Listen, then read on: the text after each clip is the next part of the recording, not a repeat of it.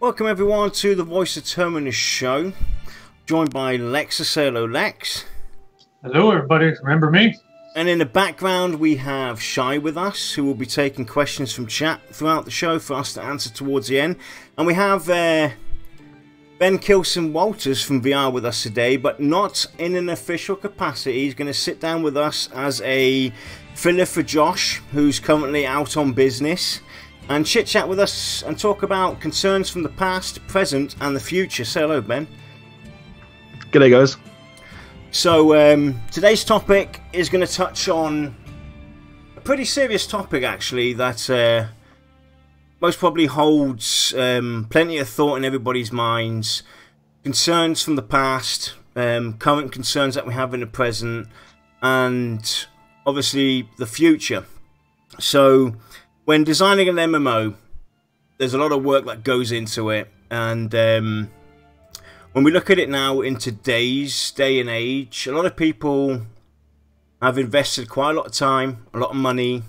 They get deeply connected to their fiction and the worlds that are created by the game companies.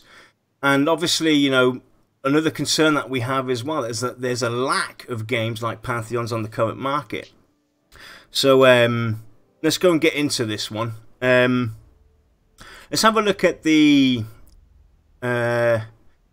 present for now before we go into the past. We'll look at the present, and if we look at the way games are designed today, we have a lot of early access games and whatnot, and you know, it's managing the goals and maintaining a healthy income to finish a product must be pretty tough. What's your thought on this, Lex? Well, I'm honestly not a fan of that whole early access thing, but it comes down to more and more studios are making games. Well, they're not even studios. Game creation is more accessible than ever right now. It takes a lot of money to make games, so there has to be a balance between paying the bills and, you know, kind of giving people the value without making them feel like they're, for lack of a better expression, being milked dry. And it's very difficult. Yeah, it definitely is. Kilsin, have you ever, you know, you've been around for quite some time playing MMOs and everything, and you know, you were heavily into Vanguard and all that good stuff. Have you witnessed, you know, game companies as well? You know, in this day and age, especially with the way the products are released, managing the goals and maintaining a healthy income, it's pretty hard to do, right? Yeah, it is. The market's definitely shifted. It's gone from the good old days of just a subscription with some kind of fluff in a cash shop to now full-blown microtransactions and, you know, loot boxes and all that kind of stuff, which is yeah, it's unfortunate. It is a great moneymaker, obviously, which is why a lot of companies do it. And the early adopters made a lot of money, and everyone else saw that, and you can understand their eyes just lit up, so they jumped on board and tried to ride the, you know, the wave, and it's just kind of kept going to a point now where they're, I think, just trying to hang on to it because it's such a great revenue raiser, and they know people will purchase and buy. So I think that's the problem we have. Gamers who spend money on it are keeping it alive. So other companies are thinking, well, we need to do this because we need to stay relevant. We need to, you know, keep the revenue coming in. The more revenue, then the more things they can put in the game, the more staff they can have.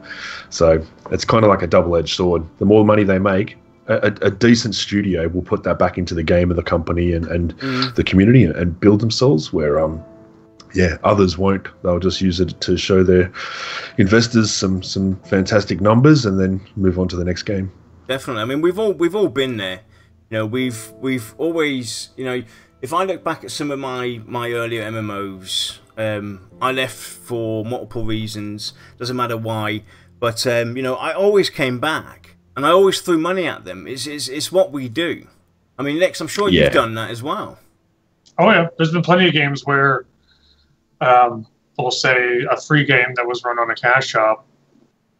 If I'm enjoying the game and I'm enjoying the experience, I will buy stuff, even if I don't necessarily need it, because I get that, like, I need to support the makers. But there has been plenty of instances where it has been designed to have a distinct feel of, I just want your money. Yeah. And that's kind of where I kind of stomp on my emergency brakes. Definitely. So if we look at the current development of, and obviously Kilsin, if you want to step in on this one, you can. If we look at the overhyping and underhyping of some of these games, for me personally, if I look at the way VR have approached their game, their product, for me personally, it's definitely a challenge for them to find that right balance.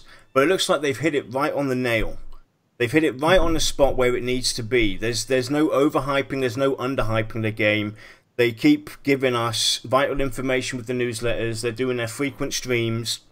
They're communicating with the community itself and everything. And I think it's for a game like Pantheon, I don't think there's been any under or overhyping. I think they've hit it pretty spot on. What do you think, Lex?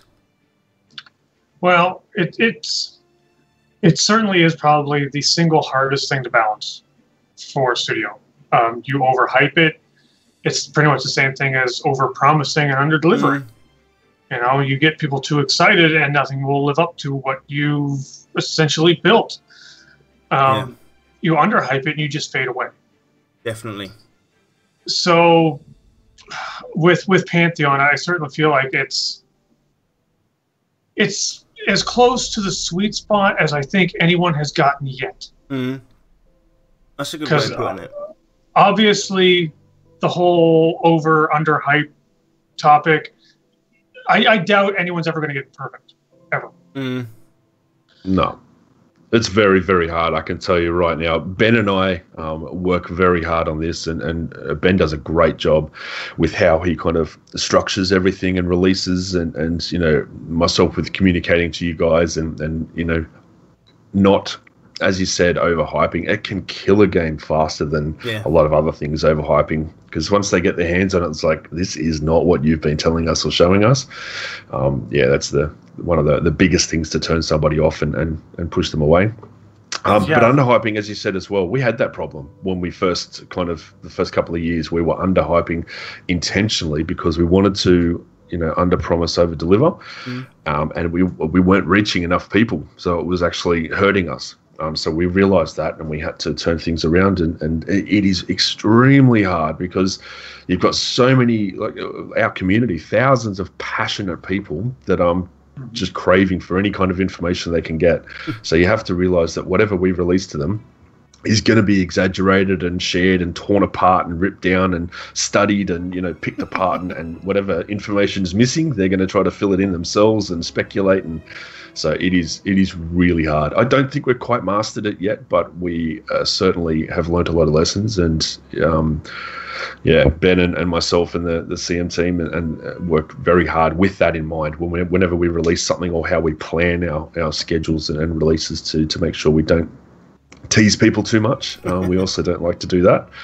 But unfortunately, no matter what we say, sometimes if we give someone a heads up, it's going to come out as a tease no matter what we do or say. Yeah. But it's very, very hard. We try our best, but it's tough, man. There's no perfect kind of answer. It's also a very dangerous topic for, like, in VR's case, a studio putting out their first title. If it gets overhyped, that's right, to the point where people are just going to be incredibly disappointed. It's not going to just hurt the game; it's going to hurt the studio's future. Yeah. Well, that's right. Everything we do now is not just about the game; it's also about our company's reputation and standing. We're very mindful of both of those things. Yeah, definitely. And that comes basically connects with the next point as well. The management system of it. The time versus costs. Deadlines being hit. That will impact you. If you overhype, you underhype. What happens when things are pushed back? Priority management and taking shortcuts. Basically, is it okay to skirt a development objective for any reason, etc. And communication is a key as well when it comes to these sort of things. And we've witnessed the game's pre-alpha being pushed back a few times, and you guys managed it pretty well. For some people it did, it was frustrating. Some people have been following it ever since its Kickstarter and everything, But you know, those are things to take into attention as well. Is, you know, those things can also affect a company. You know, the time versus cost and everything. You know, is enough money coming in, especially when you're crowdfunded. It's definitely not easy. Getting people's attention, getting people interested, and you know, what are your thoughts on that, Lex? Priority management is probably one of the easier things to really do for management, because it's one of the things that management does. With shortcuts, sometimes you don't have a choice. You know, it's do a shortcut, make a deadline, or make time for another priority that could be essentially more important. The key to it is kind of like trimming a steak. You know, you gotta cut the fat off. Yeah. But you can't go crazy, because otherwise you're getting rid of perfectly good food. Yeah, it's definitely a tough one, especially, and that's where, you know, where the community management comes into play, the CS, where your word basically going out as to why things happen is very vital. And again, Kilsin, if you want to jump in and say something. So far, all I can do is applaud you guys for the way you've handled yourselves. And it's definitely not easy. You definitely don't have an easy job. But from your player perspective as well, I'm sure you've witnessed these kind of things, having things pushed back. And when it's not communicated right, that can basically backfire. Have you ever witnessed that as a player? Oh, absolutely, man. And it's tough. And I think that's one of the benefits I have of being a CM now is experiencing that myself as a player and knowing the frustrations and you know, the lack of communication, the silence, the PR talk, being on the other end of that, and now being the person in control of that. I know how much it can affect the player base and the community if I don't get it right. So I spend a lot of time with things that I, you know, post to you guys and put out to the public, knowing how it's going to be, you know, construed. So I try to word it in a way that everyone will understand it the best without giving it too much information away.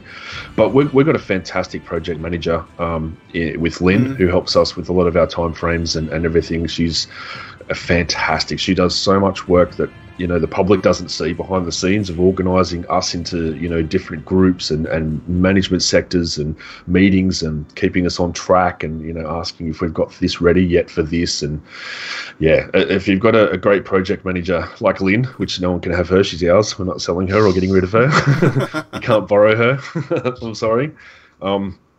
It makes a world of difference. But it is hard. And things I would rather, our pre-alpha, just going back to that, I would rather that got delayed and some people be frustrated than release it in the state that it was in and have lots of people frustrated and unhappy with the product. Like, it's just not worth taking that hit that early on to push something out because people want it. It's unfortunately you have to kind of, you know, play the hard, you know, the bad parent in some of those instances and just say, look, no, you can't have it now. I'm sorry, go to your room. Like it's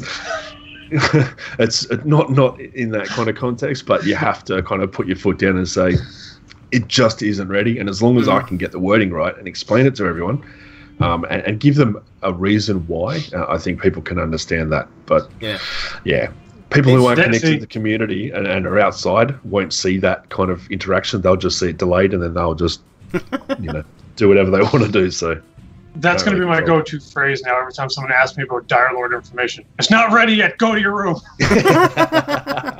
Yeah, it's like, you know, we can understand where people are coming from. Like you said, you know, you coming from the player base and everything.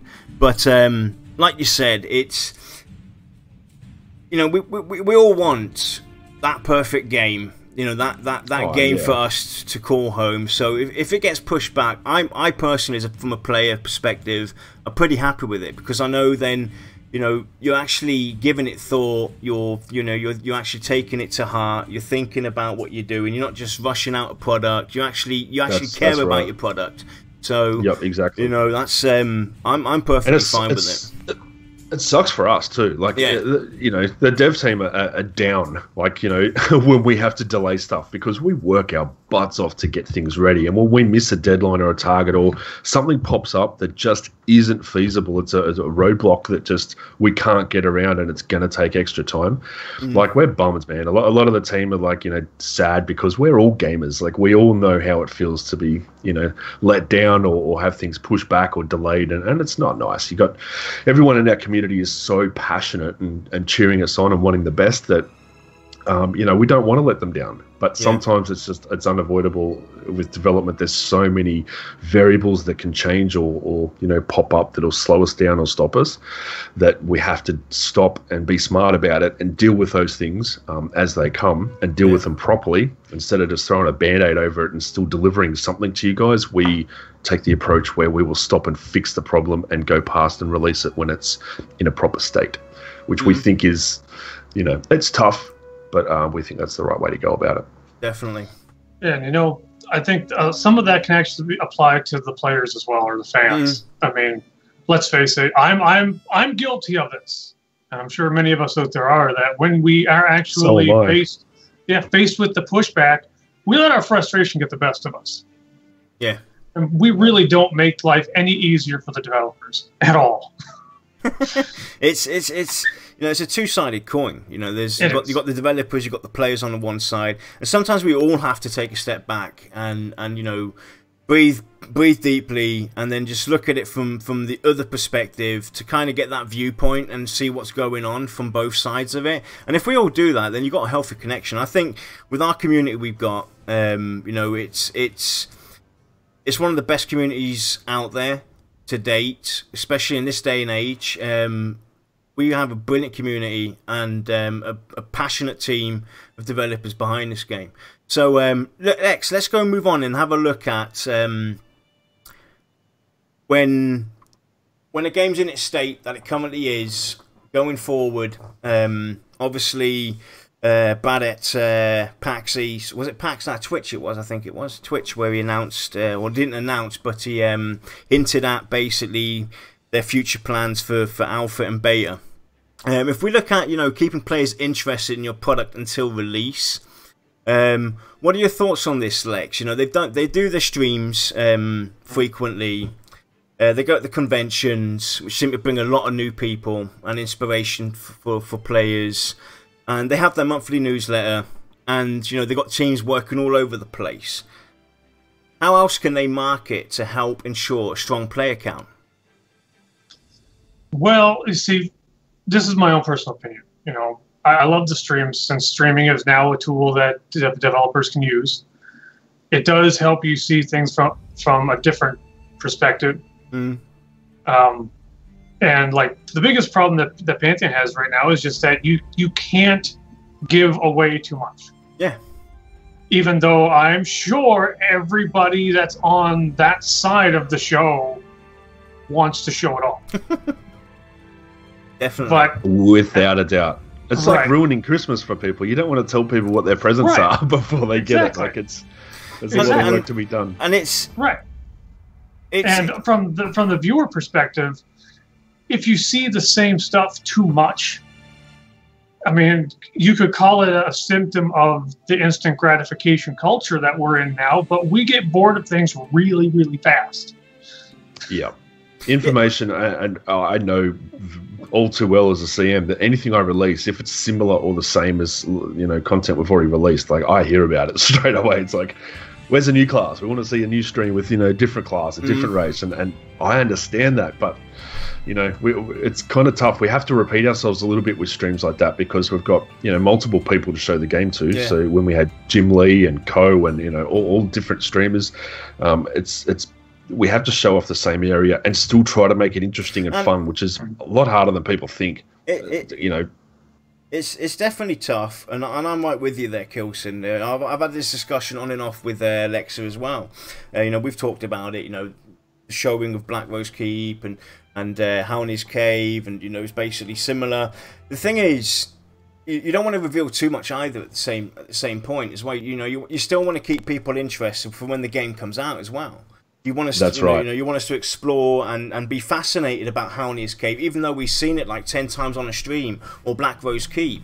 And it's definitely tough to keep that hard balance of trying to get people interested and gain new viewership. And I think, you know, the way you're doing it with the streams as well is a brilliant marketing strategy. You know, it's free coverage. You invest your time. That's all you got to do. Invest your time, basically. And you know, you approach different streamers from different backgrounds that have different viewers that come from different backgrounds. It's a great marketing scheme, and it's the way of the future. And obviously going to the conventions and all that good stuff. But without trying to sound like a stooge either, like we don't pay for any of this. This isn't. We don't pay those people to endorse us. They genuinely either come to us or we start a conversation with them about the game to see if they're interested, and they jump at the chance, which it still blows us away. You know, people like Co. A lot of people think that we you know, pay Co as like an advertisement, but Co is a genuine fan. Like he just loves the game, and he's such a big name on Twitch and such a, you know, a busy guy, and he you know, drops things for us as long as we give him enough notice to jump on and give his time up to do that for us. So we can't thank him enough, and that's why we use him so much, because he has such a big reach and a big audience of gamers. Yeah. Right. So, you know, not all of them are going to like Pantheon, obviously, but it's still helping us market our game without spending huge dollars, which we can then still keep on the game and the development and the team itself, which, you know, we're trying to be smart about it that way. So using people like that, we're now starting to open up a little bit more with, you know, the Twitch program and things like that, the streamers program, where we are letting you see some new names and people popping in every now and then. We're going to keep that going and expand that bit by bit. But as we spoke about before, it's just managing expectations and just not revealing too much too soon. Yeah. So it's just, being smart about it.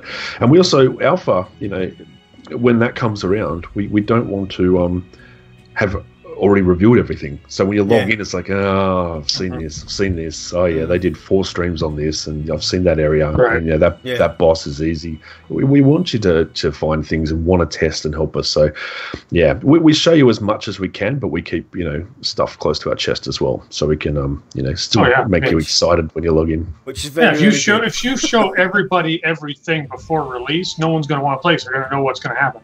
Yeah, that's right. Why buy our game? Just go back and watch all the videos. Exactly. Right. And I mean, like, in terms of keeping your player base or your fan base interested or engaged, I mean, correct me if I'm wrong, but VR doesn't have an actual headquarters or studio. Right? Yeah, we do. We got a main office in San Diego. Okay. Yeah. Okay. So we do have, and a lot of the directors do meet there, but obviously we're a remote, so being in Australia. Right. Have a bit of trouble getting over to the office. Like the only other you could swim. Come on, Kilsin, you could swim across. It's just around the bend, mate. Right. The only thing that I see some studios do that I don't see VR do is they do like video logs where they're actually in the studio. The developers or the designer is sitting at the desk. They're showing you something small that's on the screen. It makes it look like it makes you feel like you're getting like the inside scoop. But with VR being mostly remote employees, I guess, or team members, it's not really a feasible thing. I know what you're getting at too. I've seen companies do that, and it's actually quite cool to see a camera go around and sneak up behind people while they're working. It's actually really cool to see what's on the screen. You see a lot of art, creative art development going on too. We could do that to a degree, but we don't actually have people on their computers there working. So we usually go there for, you know, meetings and you know, things where we get together to kind of plan things out or map things out, like a roadmap. People will, you know, some people are a few hours away, so we'll do a day kind of trip where people will go to the office and do whatever, work out their strategies, get some stuff done, plan 3 months in ahead, and then, you know, all go back to Brad's for a barbecue and then go home again. That gives me an idea. What you should do is you should film them doing that meeting, but in such a bad quality without audio, right? Put that out there and get the speculation going. That'd be such a tease. I think that goes back to our marketing. That was that would be such a tease, man. Wait, I can just barely make out that is that law they're talking about currently now? I mean, and the only reason that. we just don't think it'll be interesting enough because it's high level meetings and stuff that we can't show a lot of it, and the little snippets we could show are just probably not interesting to people.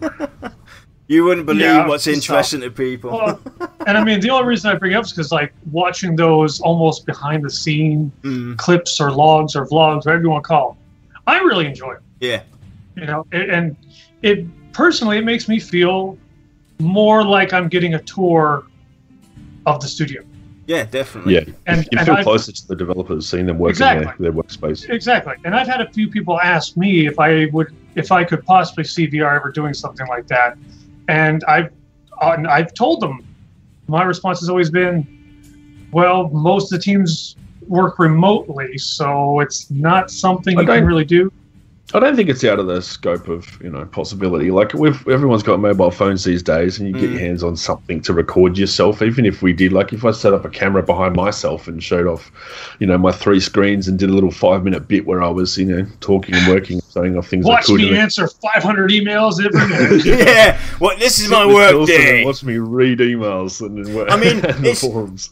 It's definitely a cool thing to do as well, but obviously. Being where we currently are, it might be something for the future. Because like I said, I would love to see stuff like that. And even if it's without audio, for instance, just panning around, showing off some of the screens and stuff. I think a lot of people would be interested in that. But anyway, let's go and look at Lex. Do you think there's anything else that VR could possibly do to help market themselves? With with the streams, obviously the newsletter, the conventions, and everything that they're going to, is there anything more that they could technically do that comes to your mind? Well, the only thing that I would say is try to do a little more interactivity.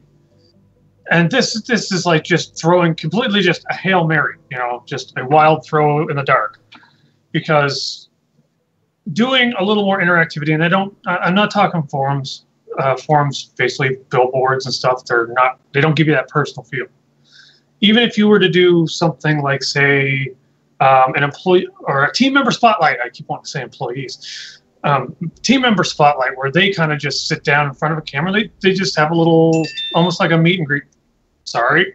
I feel it would go a very long way to help a lot of the people get a feel for maybe the folks that we don't really see in the spotlight too often.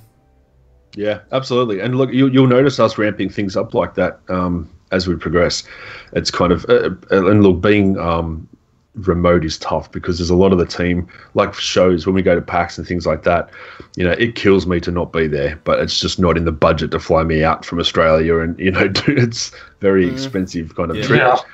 So half the team, or not even half, a handful of the team can be there, and the rest of us are watching on, like you guys, through social media and photos that are uploaded, and we're crazy envious and wanting to be there. So it's hard. This is why I'm here today, actually, is because of ramping that up and doing Condemned last week. Because I'd been quiet for a little while and just more through posts and things like that. So I wanted to get out and talk to you guys and, show out my appreciation, at least for the work that you guys do, and jump into the community and save my fingers from typing and do some talking, which is much better. Hey, Lex, what we could do is we could just jump into the forums now, and we can have Kilsin just word it, his response to the forum threads, because I'm sure there's hundreds of them out there waiting for you. You know what? To jump in. That's something that's actually becoming pretty big. Is like where you get the famous people reading the tweets and answering them and stuff like that.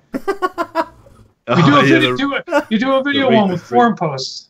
Reading bad tweets. Yeah, exactly. I mean, it's a thing now. Yeah. But, man. Honestly, with the situation that VR is in, you're pretty much doing everything you can. So, I mean, like you attending the Condemned launch party. I attended through watching through Twitch, but it really gave that feel of you're there for the community. You're not there for just to get more exposure to the game. You were there because you were supporting another group of gamers. It just so happened they were really excited about Pantheon. Yeah.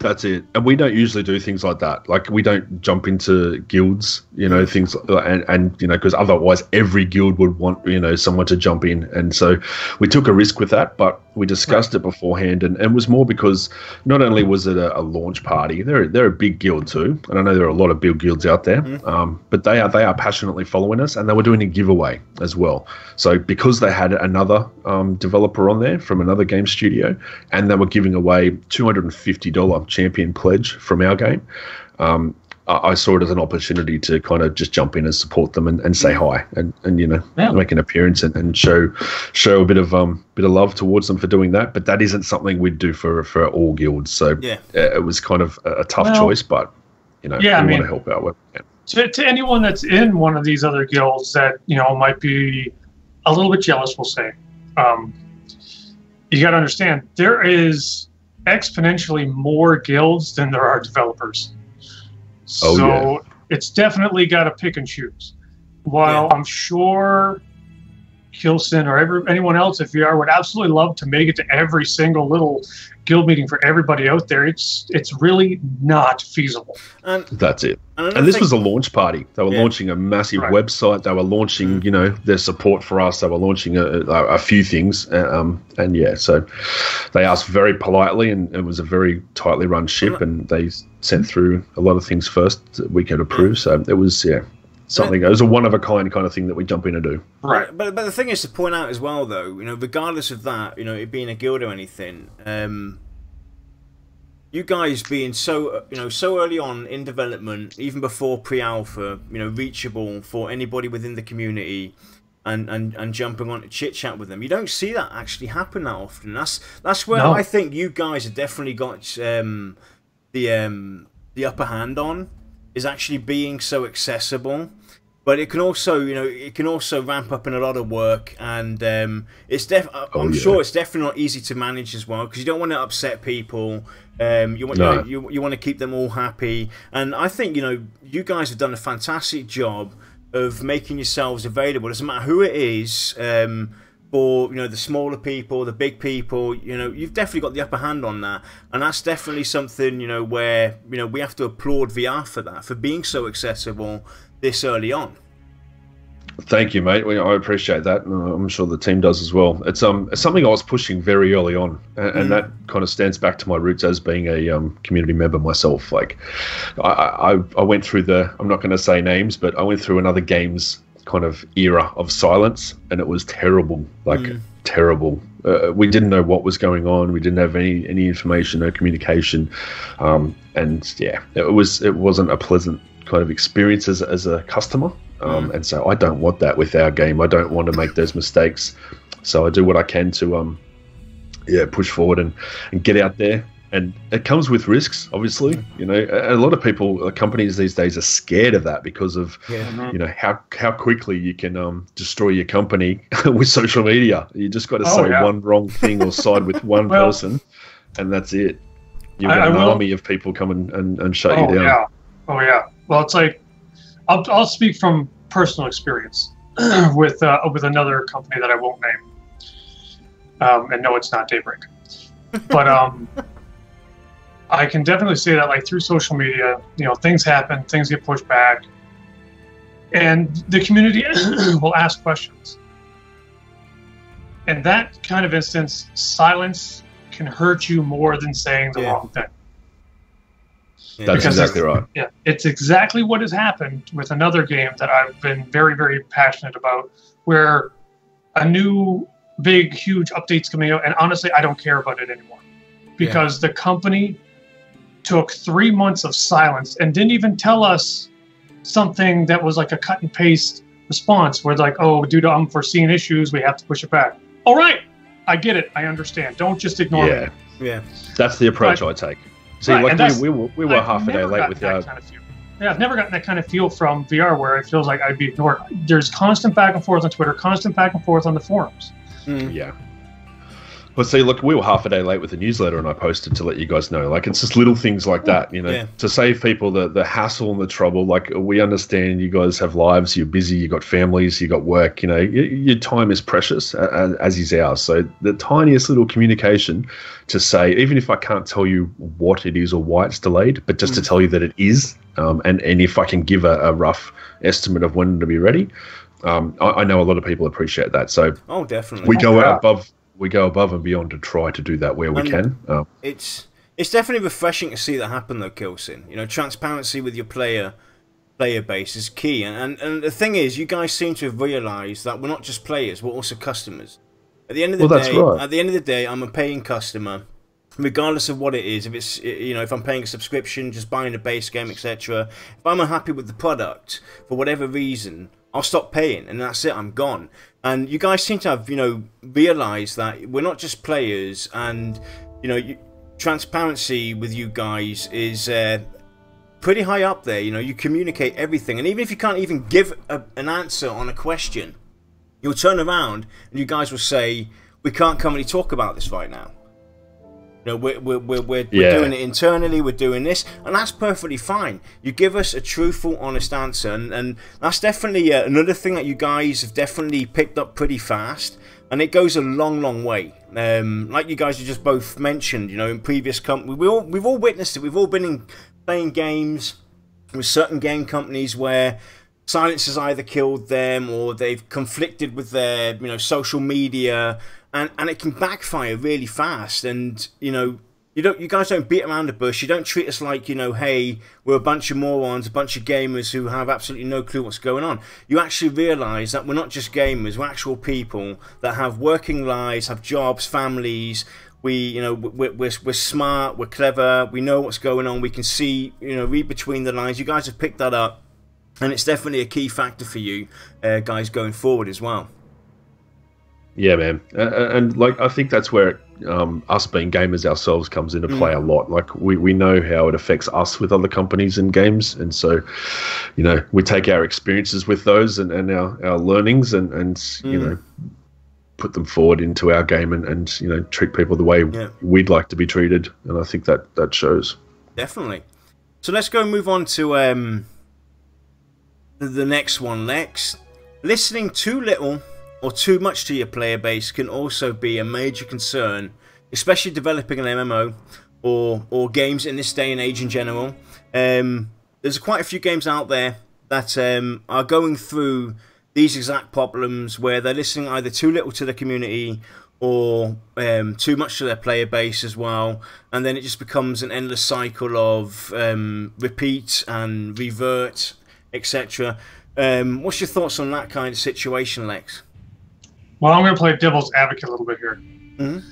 I mean, okay, if you listen too little to your player base, things are going to flop because they're telling you what they want, and it's kind of like telling someone, "I want a car that's red," and then you give them a truck that's green, and you're like, "No." But that causes a lot of problems because, I mean, your players feel ignored. But on the developer side, it's hard to kind of take that criticism because you have your vision. You know what you want it to be. This is your baby. And now someone's telling you that technically you're doing it wrong and it should be done this way. Yeah.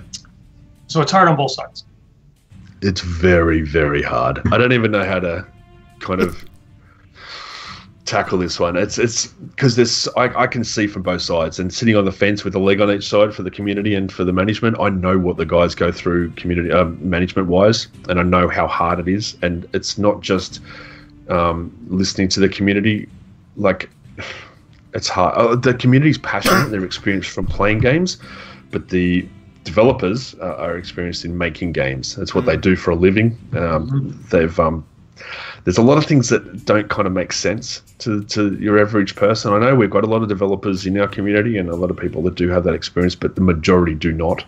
And so when it comes to like input, we do take a lot of it. Like, personally, I do as well. Like, I collect a lot of information for the team, and I make that one of my biggest priorities is like a kind of like a chief liaison in a way. Like, I'll gather as much as I can from the community and give it to the devs in a way that they'll understand and appreciate. But it's tough, man. Like, on things that we ask, if you can play the game or test it, then yes, we're happy to take feedback. But kind of assumptions and opinions on things that people haven't tried out and don't know how they interact with other things, we can't really take suggestions on until you get your hands on, because we've had a lot of people get in and say, wow, this is actually really cool. It sounded like a bad idea, but it works really well with this and this and this.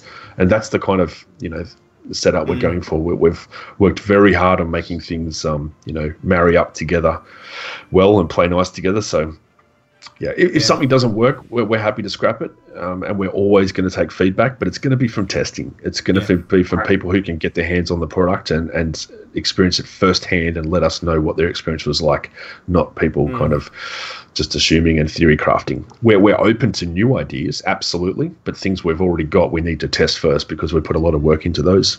So we can't just scrap them or change them before people actually play them. But it's very, very hard, man. Not listening enough, and I think in this particular topic, it's probably harder for you than anyone else on the team, because you're the guy stuck in the middle between trying to keep these guys happy and not get these guys angry. Good way of putting it, Lex. I wake up every day with that feeling. Yeah, exactly. I mean, a lot of you out there know I'm a developer. I'm a software developer. I'm not a game developer. And there has been times where someone tells me this is what this part of the program has to do, and then someone else will tell me, well, no, you should have done it that way. And I kind of look at them, and it stings, man. It stings. You're like, I poured my heart and soul into this, and you're telling me there's a better way to do it. That's it. There's real people behind those monitors and reading those forums, not just me. Like, the devs read them too, and they'll come to me with questions and say, hey, is this the majority feeling if they see a bad post? I'm like, no, man. It's like a one-off. Don't worry about it. But they get up. They get upset. Like, check it off. Well, they're human, though. Like, it affects them as well. So, I think it's hard. One of the attributes of a good developer, in my opinion, is being able to look at your code, take feedback, and go, are they right? And not feel criticized. Absolutely. And I'll tell you right now that I'm struggling with that a lot. Yeah, it's hard. That should be with everything in life, though. Take on constructive criticism, and if you can improve somewhere, then that'd be great. But it's how it's delivered as well. Like, you got to. It is very much, and with the internet, through boards and tweets and all this other just text stuff. A lot of the stuff can be taken out of context. You don't know the tone. And that's that hurts a lot. Takes 2 seconds to say that sucks, you should have done it this way, your game's going to fail. Compared to the person reading it thinking they've just done 3 years of hard work and taking it to their heart. But the guys, they're strong as well. Like, they know that. I think over all these years, you can tell a troll from a normal passionate community member, and we listen to the passionate ones. We know who our target audience is, and you guys are the ones that we listen to and take feedback from, and so I don't think it kind of, when we expand, when we launch, that's going to kind of everything will blow up, with feedback and people talking their minds. But right now we're kind of in a little bubble where we are protected in a way, because only a select portion of our community are in testing the game, and they're the people we're listening to at the moment. So they're the ones helping us in pre-alpha get the game ready. So we are taking feedback and listening to those people. So it's a special group to be in. Like, you're helping us kind of mold and develop the game, and we appreciate that a lot. Without you guys, it'd take a lot longer and be a lot harder. That doesn't mean, though, that all the posts and discussions in the forums are being unheard. No, absolutely not. I can't even tell you the amount of reading I do every day. Like, I use this program called Grammarly, which helps with punctuation, spelling, things like that. Because of and I only use it because of being Australia and US difference. I change it to US words, so all my Australian spellings I have to go back and correct to the US versions of it. Yeah, because I work for a US company. Being a Canadian in the US. Oh my God! People make fun of my spelling so much of stuff like color. Hey, we're all there. We're all there. We're all in that boat. Yeah. A bit. It's Even just in a cultural Germany. difference. But the thousands, sometimes tens of thousands of words that I read and go through and post a day is just insane. When I look at my weekly figures that pops up through an email for that thing, it's like I struggle to believe that I've actually done that, but it's huge amounts of work. So I do actually read everything, and I reply to everything that I think needs a reply. And sometimes when I got time, just out of courtesy to say, give somebody an answer. But it's tough, man. It is really hard. Let's face it, there are some times where it's a topic or it's worded in a way that might be confrontational, where it's actually better to just avoid it. Yeah, that's right. And especially when we've got 14 different topics already that have been, started and closed because of 20 pages of arguments, and then a new topic pops up. It's like, come on. Yeah. But I understand the passion, man, and not everyone wants to come in and is going to spend their time searching on the forums for, previous things. So we just deal with that as it comes up, but it's it's just out of passion. I know there's no ill, meaning or harm behind it. There's no bad intentions. It's just passionate gamers that just want to get as much information and share as much. And I know that. I read all that. I absorb it. I give whatever information I need to through to the correct devs. And the voice is definitely being heard. And I will post on certain topics to let them know that a pink VR name has replied. So that means it's also been read, just out of courtesy. Nice. So another thing I wanted to bring up as well, it's not on this chart real quick as well, Lex. One of the major concerns, and I've seen these discussions pop up all over the place. When people look at Pantheon and its current development state and everything, and what they know from the team, especially the outsiders, they have a concern that basically through the crowdfunding, is it going to be enough to get the game done? How do you think, or what do you think is the best way to approach people like that? How would you put people like that at ease, Lex? Well, guys, that's a tough one for me because I have a very abrasive personality. I usually tell people, "Shut up! I don't care. Leave me alone. I'm working." But I think anyone that has a concern like that, it's perfectly valid. Yeah, definitely. Right? Because we've all been burned by something, not necessarily a game, but something has burned us where we paid into it and got nothing in return. And there has been enough really large, crowd-funded scams to make you think twice about hitting those kind of buttons. And that makes you think that if you're not going to buy into it, how many others are skipping that whole process, potentially putting the studio in a bad place, right?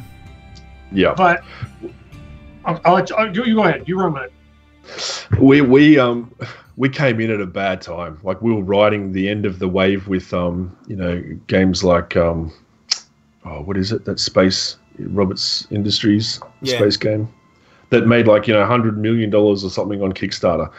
And so we were after that, and well, I say I was one of the people who, I wasn't even on the team then. I was one of you guys. I backed the game. I went for the $375 pledge with my guild to test the game and to get a few cool things and $1 sub for the rest of my life.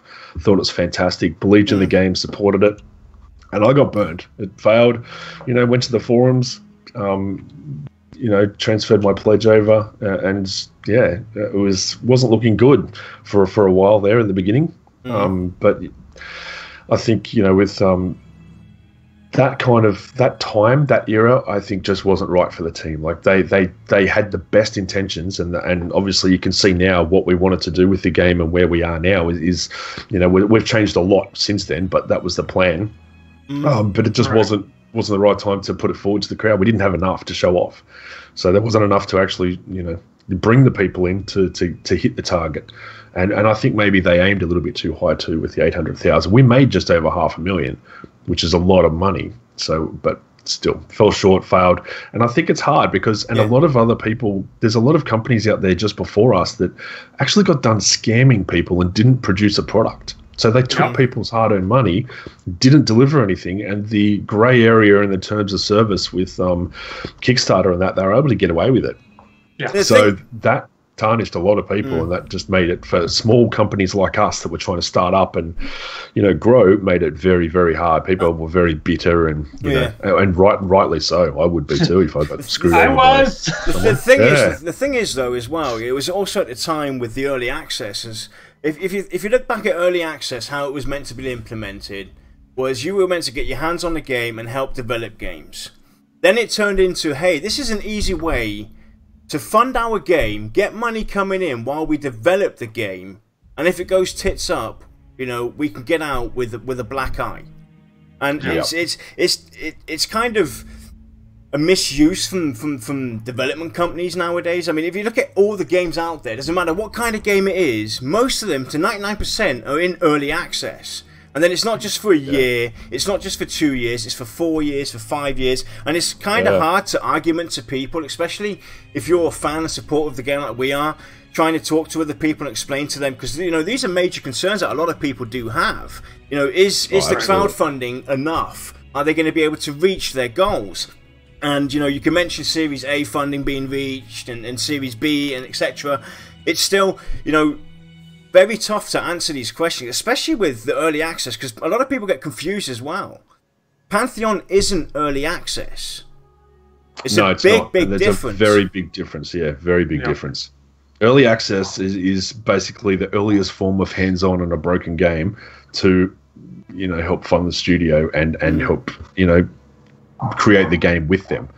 These days, it's basically, you know, you'll get a lot of MMOs have ruined that as well by launching early access, getting you to pay a lot of money to get access to it, and then, you know, days or weeks later launching their alpha, which looks almost as good as the final release of the game, and then they'll go through a whole beta stage. They'll sell all these massive packs, and before they even launch their game, they've made their money back. So it's 100% profit, and everyone has seen that and gone, you know, wow, this is the way to make revenue, and jumped on board. There's been people who've done it in a very shifty way. Again, it's let the industry down and made it look bad for other people like us that are trying to make an honest living and work hard and utilize you know, something like that the correct way. It makes it very, very, very hard. But look, we're in a good place. We're, you know, our crowdfunding and series funding and things like that are going well. We're in a position now where we're steaming along, and obviously I can't give out, you know, numbers. We're still chasing you know, that big fish investor, but there's a lot of interest in the game. Well, you see that from Twitch and PAX East. Sorry for butting in, but we see that. Yeah, no worries, man. It comes back from Twitch, the PAX East experience that you guys had there, and, you know, a lot of new people popping in. You know, you see those coming in and everything, so you can definitely see there's a healthy growth coming in on the monthly basis. And the investor side of things too, like people, they play games as well. You know, there's a lot of investors that are showing a lot of interest and coming out of the woodwork with a lot of our more recent stuff, which is fantastic. So the team's in negotiations, and it's basically just trying to find the person that's the right fit for us, and negotiate that kind of fit. So we don't want somebody obviously coming in and taking over and telling us what we have to do with the game and you know, changing things that were just not in line with our vision or what our community you know, would expect. So it's just finding that right person. But things are looking very, very positive for us. Our pledges have been a main, you know, driver for us getting this far. So, you know, a lot of people, I see a lot of outside people post on all different platforms like Reddit and Facebook and everywhere saying, like, you know, they're outrageous prices. I'm not paying that much money to get in and you know, play a game. That's just ridiculous. You guys are ripping us off. It's not that. It's not to get in and play a game. It's to help us test the game, and it's supporting it and funding the game. It's actually paying our wages. And the thing is, though, well, I'm gonna have to be honest with you, though. If I look at your, you know, especially the higher tier pledges, the VIP pledges, for instance, right? You know, you look at $1,000. I've seen companies out there where you pay $5,000 and beyond to get into that level of access. But, you know, and then you look at their philosophy behind it. It's more like an early access. I mean, there's even games out there where they want you to buy in-game items, and they put ridiculous prices on these items, like thousands of dollars. And you're like, you know, hang on a minute, you want me to pay thousands of dollars for an item that would take me initially, many years to maybe obtain or something like that, but I could take a shortcut. So, but I have to be honest, the pricing that we have for Pantheon is actually pretty fair. Yeah, $10,000 is a lot of money for the, the top tier, but $1,000 in that capacity for where we currently are is a fair price. And there's other games out there in development that are asking a lot more. So, you don't have to worry about that. I've got your back there. I think the pricing that VR have is fair on. And if you think about it, for $50 you can get in as well. You can get that's right. We try to span it across, the whole spectrum. So you got the high and the low. It's more about, for us, it's controlling numbers too. We don't want, thousands of people jumping into our pre-alpha. Exactly. We want select people. We want people that are committed, passionate, that can, and I know it's going to, put a bit of a money block in front of good, passionate people who just can't afford that. And unfortunately, that's we have to just take that on the chin. There's nothing we can really do. We still want those people to get in, but we need to be very careful with our numbers. And look, we've got close to 1,000 people testing in pre-alpha, and it's a lot of people for this early in the game. And we get a lot of information from server stress testing, anything any more than that, and I think would be negatively affecting us. I think it'd actually hurt the server, and while we've only got one testing or multiple instances of one testing server, it's it'll do more damage than good. It'll delay our development of the game if we have to if servers keep crashing and we can't get that information. So it is a bit of a roadblock, and it's intentional, but we still try to price it reasonably so we can get people to support us in some capacity, even if you don't want to spend money on a pledge and just voice your support for us. We love that too. I shout people out on Twitter and Facebook all the time, thanking them for just encouraging us. We're not money hungry. We do, obviously it does make the world go round and we have to pay bills and that, but we appreciate everybody that is on board with us. And it's not that you can't get in. Anybody can get in. The packages that you've spread out are very reasonable. Let's go and have a look at the past a bit. Obviously, being stuck in the past, Lex, can be a major concern. Thanks for that. What? Saying I'm stuck in the past. Right, yeah. Just because I still play EverQuest. Technically, you're all in the past for me, man. Oh yeah, it's like definitely. 9 a.m. on a Saturday. Kilsin's in the future, man. He knows the world's going to be around for another day, so we're all good. if we don't hear from Kilsin at some point in time, we know why. So anyway, let's have a look at the past, basically. It's being stuck in the past, especially from a development side point, and, rehearsing from, past experiences. If you don't learn from that, it can be very, very testing for you. Definitely learning from the past is a major factor. And, Brad himself has been in many development cycles, and he's been through a lot as well, and it's definitely, you can see it in the team. They come from all different kinds of backgrounds, all different kinds of games, and this is definitely one team that's even openly spoke about it, learning from the past. And I think it's a very valuable point to bring up, because you don't want to be stuck in that cycle of, back then it was done like this. If you look at the technology that they're using, the upgrades that they're making, the way they're approaching the servers and everything, and there's definitely a lot to learn from the future as well, and get out of that cycle. So how important do you think that is, Lex? Learning from past mistakes, your own and others, it's vital. There's no way around it. You have to learn. It's like if you watch someone drive down a dead-end street and smack into a stone wall, you can't do the same thing. Exactly. Definitely. Mistake, yeah. And with everybody on our team has got some kind of experience in some game, whether it's on the development side or the customer side or both. And we've seen pretty much everything there is over the years. Definitely. Between us all, from myself to Brad, it's the range of experience in there and lessons that we've learned over the years in different capacities, to different business areas and marketing and, customer service to, even just project management or CM. It is is so valuable to us. To we wouldn't have got to where we are today if we hadn't learned those lessons and put them into action and change things for the better. It's just impossible.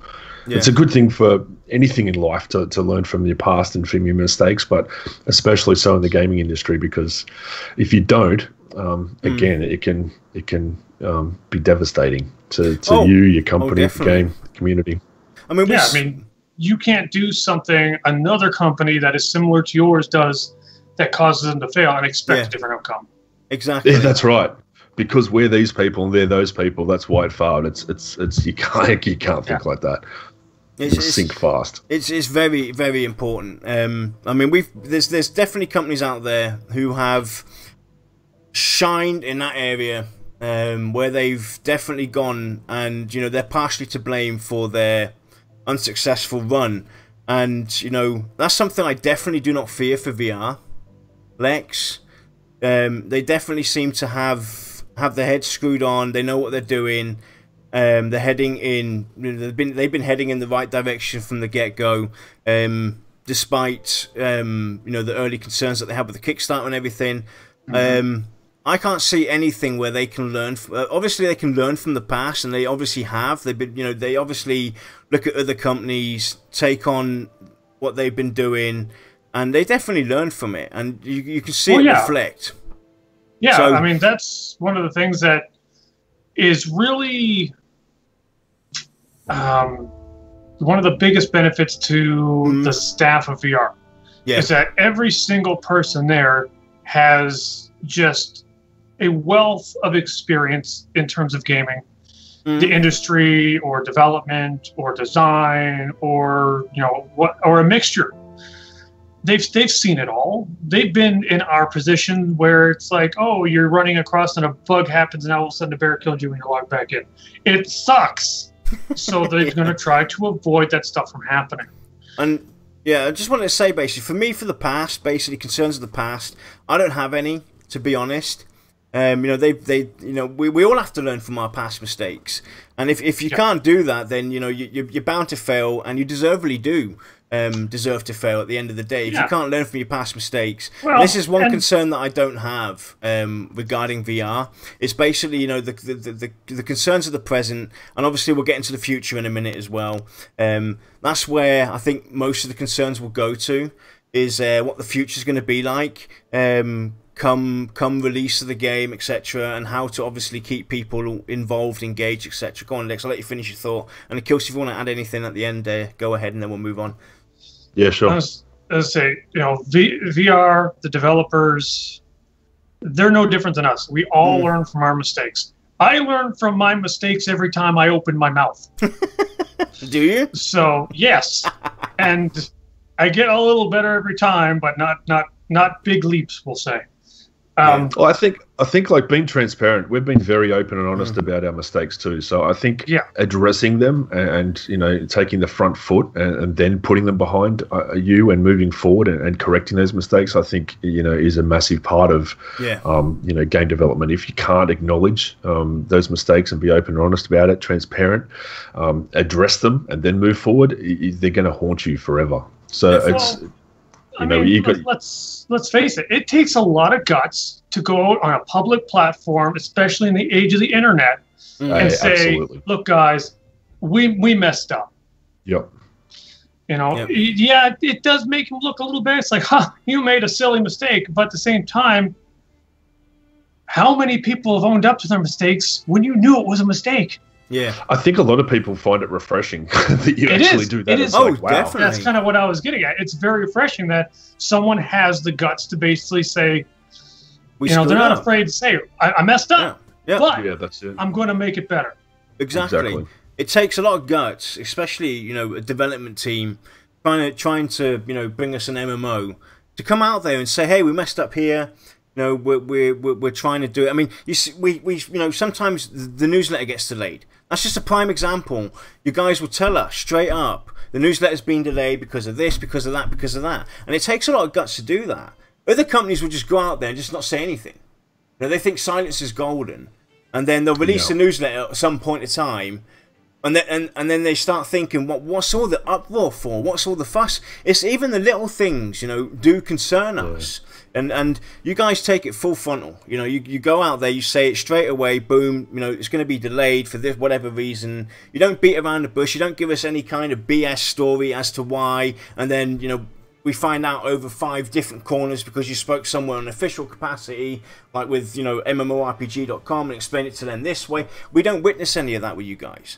And, you know, that's why I said I don't see any, you know, concerns going forward from the past coming up, creeping up behind us, and biting VR and us as players in the butt. You know, you guys are straightforward, and keep it up. Definitely keep it up. So let's go and move on. Kilsin, if you want to quickly add something, and then we'll move on. Yeah, no, I was just going to say thank you, man. And if there is anything from the past that comes up back to haunt us, which I hope there isn't, but if there is, then we'll deal with it. Blame us. Blame us. So let's go move on. VOT buggers. Yeah, the VOT. Let's go move on to the future, because there are definitely some concerns out there, even, you know, for us as players and everything. So let's go and have a look at. Let's go and start off with. So far, the goal for VR is going with a subscription model. And we've seen it happen time and again, that some companies basically started off with subscription models, and due to the lack of players coming in over the years, and, you know, for whatever reason, people left, you know, design philosophies, not being open enough, not talking to the community, people went and disappeared. So what happened? These games converted to free to play. This is definitely, you know, a concern for a lot of people, especially in this day and age, because if you look at most of these games nowadays, they seem to release free to play or go free to play at some point in time, and it's a concern for a lot of people. People want to see the subscription model for Pantheon. They hold it dear to them. I hold it dear to myself as well, to actually pay, because at the end of the day, you guys aren't just creating a single player game or something that's got a start and a finish. It's a breathing, living world. So obviously that world needs to be fed and kept going, and it's obviously going to cost money going forward, because you have to keep the developers the developers are constantly developing the game, adding up new content, the GMs, you know, the customer service. There's a lot of money going into it to help support the employees and pay for them.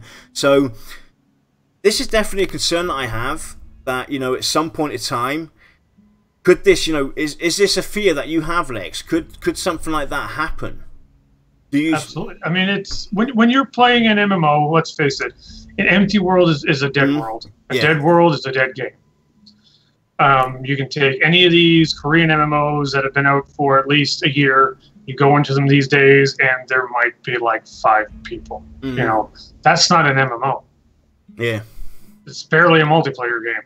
But when when your numbers are declining, you literally have to grasp at straws. You have to do whatever it takes to keep your dream alive. And I don't fault companies for going free to play. I fault them for going free to play in a very greedy and poorly designed way.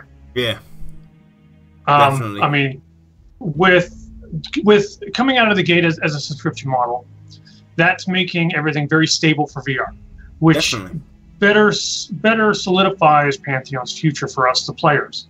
And that's why I personally wholeheartedly support the subscription model. I will say, though, that, you know, we're almost to 2020 here. I think we're going to see a new type of subscription model coming out the minute that the industry decides that free to play is getting abused too much, buy to play gets abused a little much, and subscription people are a little more value conscious, so that doesn't fly either.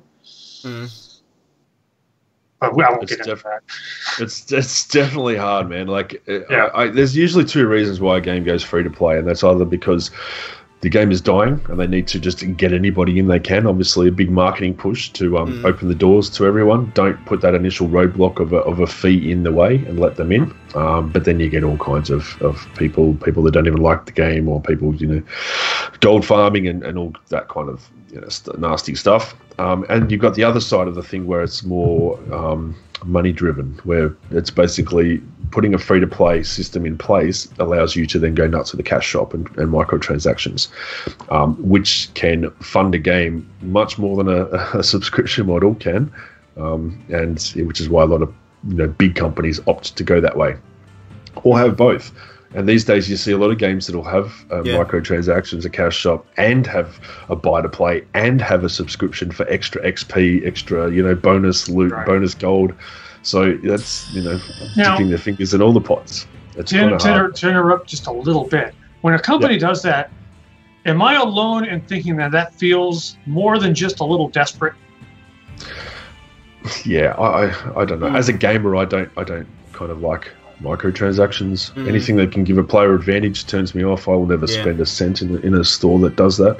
If it's cosmetic, I don't have a problem with that. Like if someone wants to dress up, and as long as it's lore friendly, I don't want to see all these crazy hypercolor things with sparkles coming off them that are just fluorescent green, just destroying my monitor's frame rate in the screen when I'm trying to or you see a female character in a neon pink bikini flying with wings out of her hips.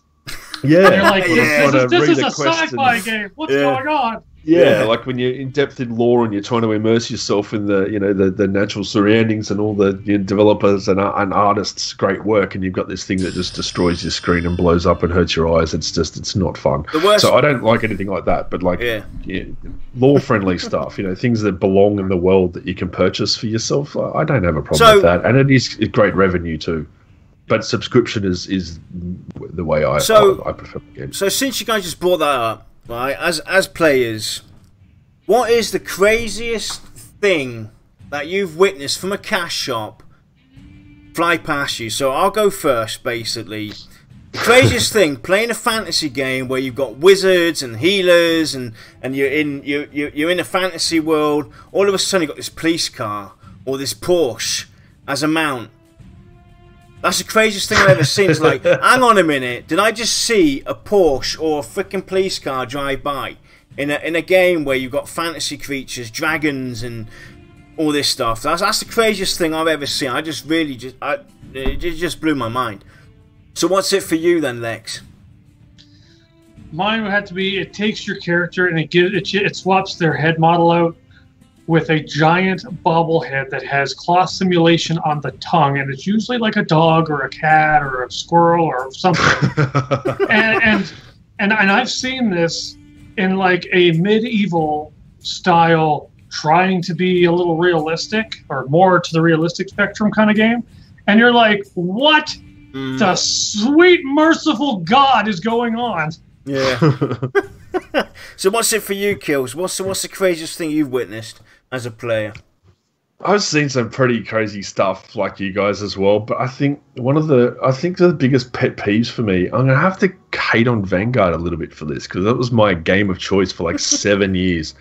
And towards the end, when they put in the cash shop and everything, seeing a flying, sparkling killer whale was really. I've got a personal pet hate with Randolph too. Like a lot of people that played Vanguard with me know this Randolph. It's like a reindeer that flies and has sparkles coming off its hooves. It was it was free as well. So you get a lot of the free players and alt accounts. You just see these sparkles just falling from the sky as Randolph went past any time of year. It was supposed to like turn on around Christmas and then turn off, but towards the end, the last few years, they left it on. And it's just people could skip content and just make griffins that you work so hard for, invaluable. They were a little bit faster, and that's all. So it was kind of like, those things. I have a pet hate going way back for Randolph, but that whale blew my mind, man. So let's go in reverse it now and have a look at the one of your favourite things. One of your favourite fluff items that you had. I'm sorry for sidetracking here, but we've got a good discussion going here. So for me, it's EverQuest 2. Billy the doll. Having that as an illusion was my favourite thing. I used to run around with my Billy the doll in all the outside areas of Norath. I was a carpenter. I used to actually roleplay that character, that Billy the doll. and actually try and flog off storage boxes to people. I would spend like hours in one area saying, "Hey, got a special offer going today. 3 boxes for such and such amount of gold." And I used to do that for hours on end. I really love that figure. So what's yours, Lex? Well, this is going to sound incredibly juvenile. It kind of is, because this was multiple years ago. But there was this old, not really popular game. They had a cash shop, and you could buy a stack of whoopee cushions for like $2 or $3. And you place it down on the ground like a mine, right? But no one could see them but you. And when a player walks over, you hear the fart noise, and I'd sit there and I'd watch people run along the street, and they'd hear the fart noise, they'd stop and they'd look around. And and then they'd walk back, and then they'd walk back again, like, what? That's crazy, dude. And I mean, like I said, it's incredibly juvenile. I understand this, but it was hilarious. I used to sit there for like hours and watch people just run through and be like, "I don't get it. What happened?" And then I'd watch them go get a node, and I'd walk up, and as I was a rogue and I was invisible, so I'd plop another one down, I'd walk away, and they'd turn around and do it again, like, what? And then you'd even say in the chat, like, what is going on? So I don't actually have any cool stories, man. Like, I don't usually purchase anything from cash shops. I'm a Scrooge when it comes to that. If I pay a subscription or buy the game, I don't usually, want to spend money in the cash shop, even if I like the game, to support it. I think the most I've ever done is like I think ESO, Elder Scrolls Online, ages ago. Bought like with my, I was a member, so it just accumulated. You get the what are they, crowns or something, coins, and just purchased an outfit for my character that I was playing, my healer, because it was so mismatched, it just looked hideous. And so I bought like a mage's outfit for my healer to make it look better. And that's it. I think that's all I've ever done, man. I'm boring when it comes to cash shops. There you have it. I will say though, to have, like, everyone knows I'm really into the Dire Lord stuff and the Scar and the spikes and just looking mean. When a game that I'm really enjoying puts out a cosmetic armor that has, like, it's like dark and kind of rusty, dented with big spikes and maybe a little dark aura swirling around your character, I'd sell a kidney. It don't matter. I'm just like, yes.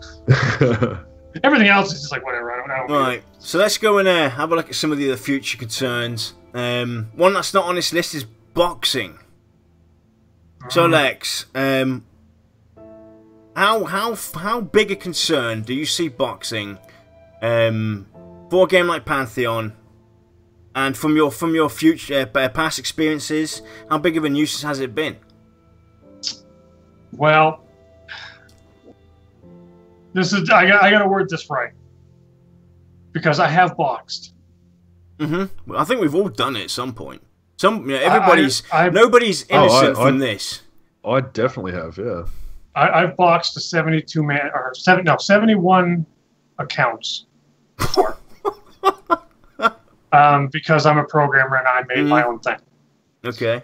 But I wasn't actually. I got bored of it very quickly.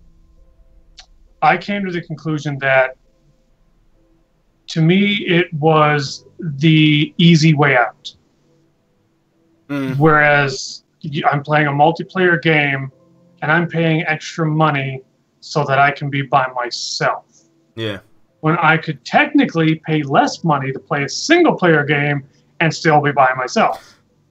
The thing is, though, I'm on the fence with this. I can understand people's concerns for boxing, but at the same point, there's also reasons that come behind it. Why do people end up boxing? It's due to the fact that the game's dying. There's not enough people around, or not enough people in your level. You're tired of waiting hours on end to get that group together to finally go off. So I can understand where people, will want to box or will do it, and I don't see any fault to them. So I personally don't see it as a major concern from the get-go for the future as well.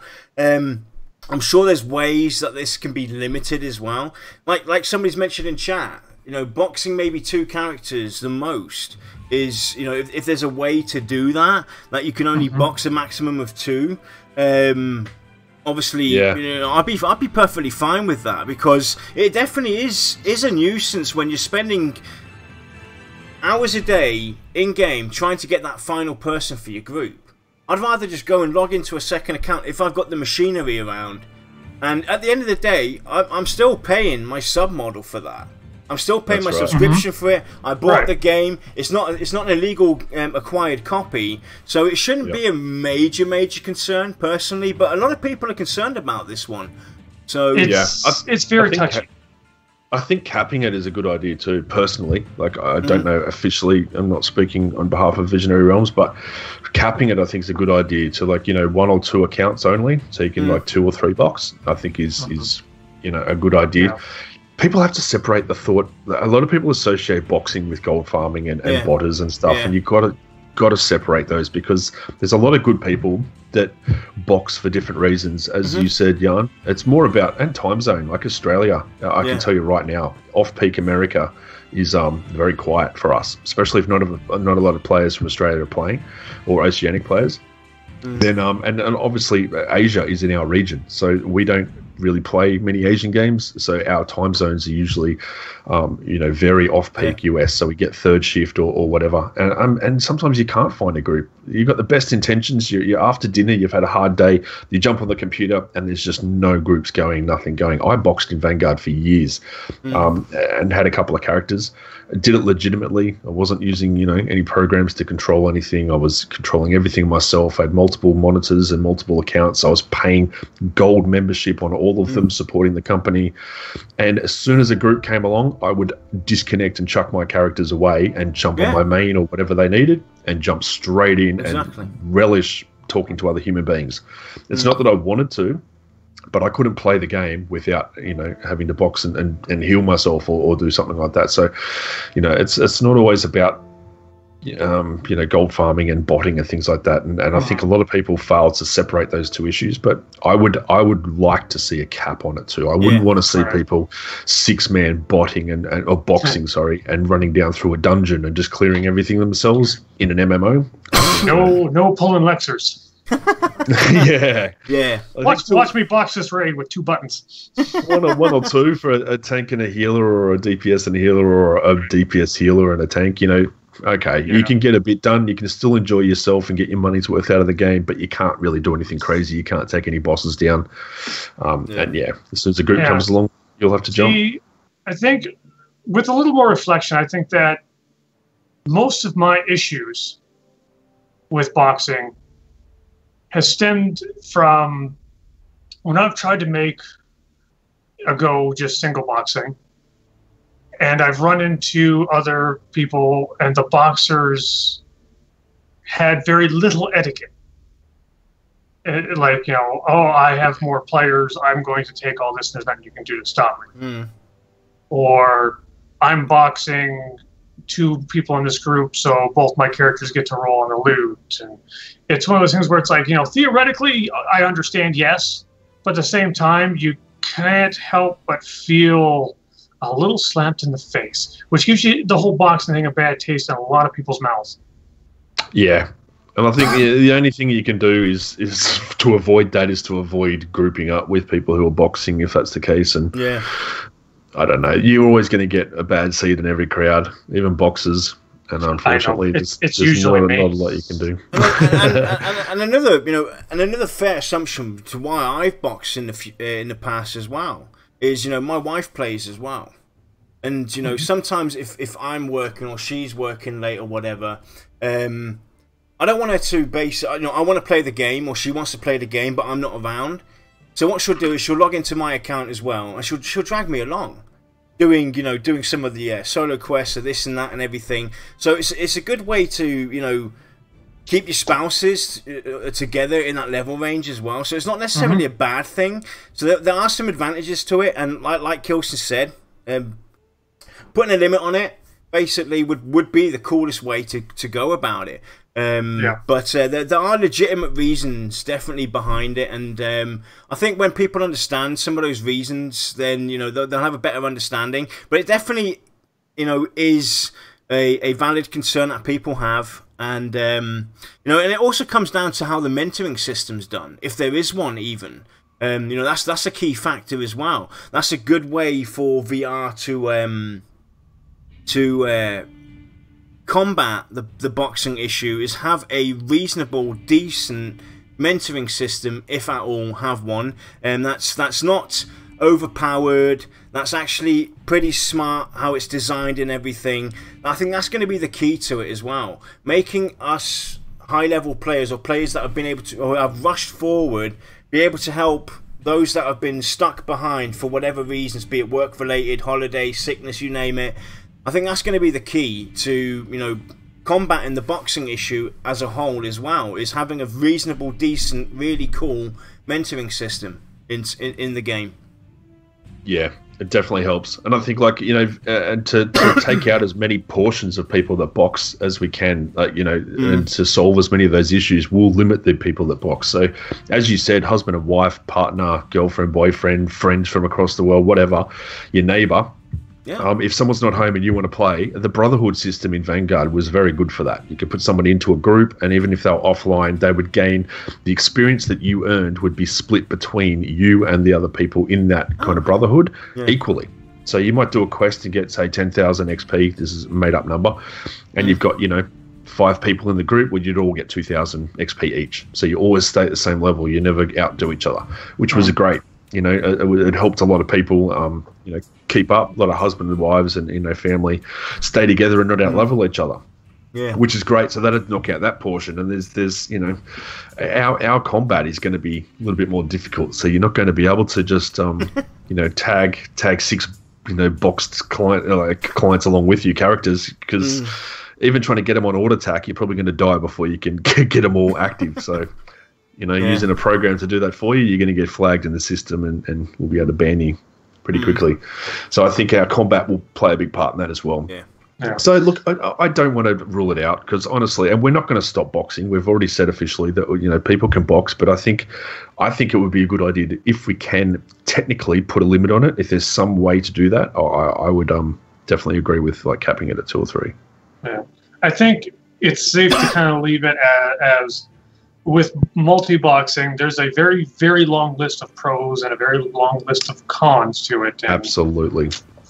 There's got to be a happy medium so that we can include everybody with minimizing those who are excluded. And the thing is, you know, like Kilsin's point out, I pointed out, you can't really, you know, ban or stop people from doing it, because if I buy the game, and I buy the game again, and I buy the game again, and I pay my subscription models, and I'm entitled to. You know, it's very, very hard. If you buy it on a new computer with using a VPN with a new account, fully paid for, you know, unless it's absolutely obvious watching you in game, we've got no way of telling if you're a boxed account.